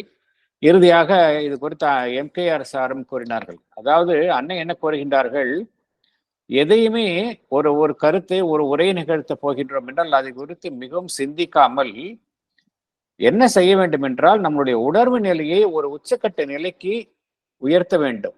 உணர்வு நிலையை மாத்திரம் உயர்த்தி கொண்டு அந்த நேரத்தில் நாம் அந்த உயர்வான உணர்வு நிலையிலிருந்து தன்னிலார்ந்த நிலையில் பேசும் பொழுது எது பேச வேண்டுமோ அதுவே ஒரு உயர்தளத்தில் இருந்து நம்மால் வெளிப்படுத்தப்படுகின்றது என்று அன்னை கூறுகின்றார்கள். முன்கூட்டியே தயார் செய்து இதை பேசினால் நம்மை ஆமோதிப்பார்கள், நமக்கு ஒரு புகழ் கிடைக்கும் என்றெல்லாம் எண்ணி பார்க்காமல் ஒரு உயர்வான உணர்வு நிலையிலிருந்து நாம் பேசும் பொழுது நாம் பேசக்கூடிய அனைத்துமே சிறப்பானவையாக எதை வெளிப்படுத்த வேண்டுமோ அதுவே அமையும் என்று அன்னை கூறினார்கள். இது உண்மையிலேயே ரொம்ப அற்புதமான விஷயம். நீங்க பேசின விஷயம் இந்த உரை, இந்த பேச்சு கட்டுப்பாடு அப்படிங்கிறது ரொம்ப ரொம்ப அவசியம். ஏன்னா இதை ஃபாலோ பண்றது ரொம்ப கஷ்டம். மற்றதெல்லாம் நம்ம பண்ணிடலாம். ஏதோ ஒரு வேலையை செய்யுங்க அப்படின்னா ரொம்ப அழகா ஒரு காரியத்தை தினம் இதை செய்யுங்க அப்படின்னா 1 2 3 போட் பண்ணிடுவாங்க. பட் இதை செய்யுங்க அப்படின்னா ரொம்ப people will find it very very difficult. ஆனா இதைத்தான் பண்ணணும் அப்படின்னு மதர் சொல்றாங்க. Thank you very much. நிறைய கருத்துக்களை பகிர்ந்து கொண்டீர்கள். எங்களுக்கு எல்லாம் இங்கு கலந்து கொண்ட அனைத்து அன்னை என்பவர்களுக்கும் மிகவும் பயனுள்ள கருத்துக்கள். ரொம்ப அருமையாக இருந்தது. அந்த 1 மணி நேரம் ரொம்ப அற்புதமாக இருந்தது எங்களுக்கு. மிக்க நன்றி. You have taken lot of pains to prepare for this speech. Thank you very much. மீண்டும் மீண்டும் எங்களுடைய இந்த கூடலில் கலந்து கொண்டு தங்களுடைய கருத்துக்களை பகிர்ந்து கொள்ளுமாறு அன்புடன் கேட்டுக்கொள்கின்றேன். இப்பொழுது இந்த நிகழ்ச்சி பிரார்த்தனை இசையுடன் முடிவுக்கு வரும். தேங்க்யூ. ரொம்ப நன்றிங்க சார். ரொம்ப ரொம்ப தேங்க்யூ ஜி.